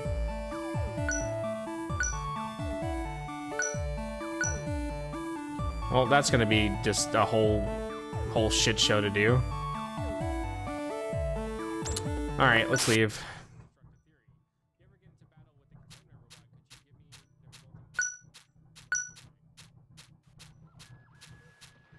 She looks pretty cared for, I would say. All right, well, that's gonna be it for now. I'm hoping tomorrow we can complete this. It also depends what time I'm working tomorrow, because I'm actually not sure what time I'm working tomorrow. If I'm not working, then we'll for sure complete it through the night. But if I am working, depending on what time, we'll have to see. If I'm working at 6 p.m. though, I'm not playing this tomorrow. But all right, guys, I'm heading off. Thanks for stopping by. I appreciate it.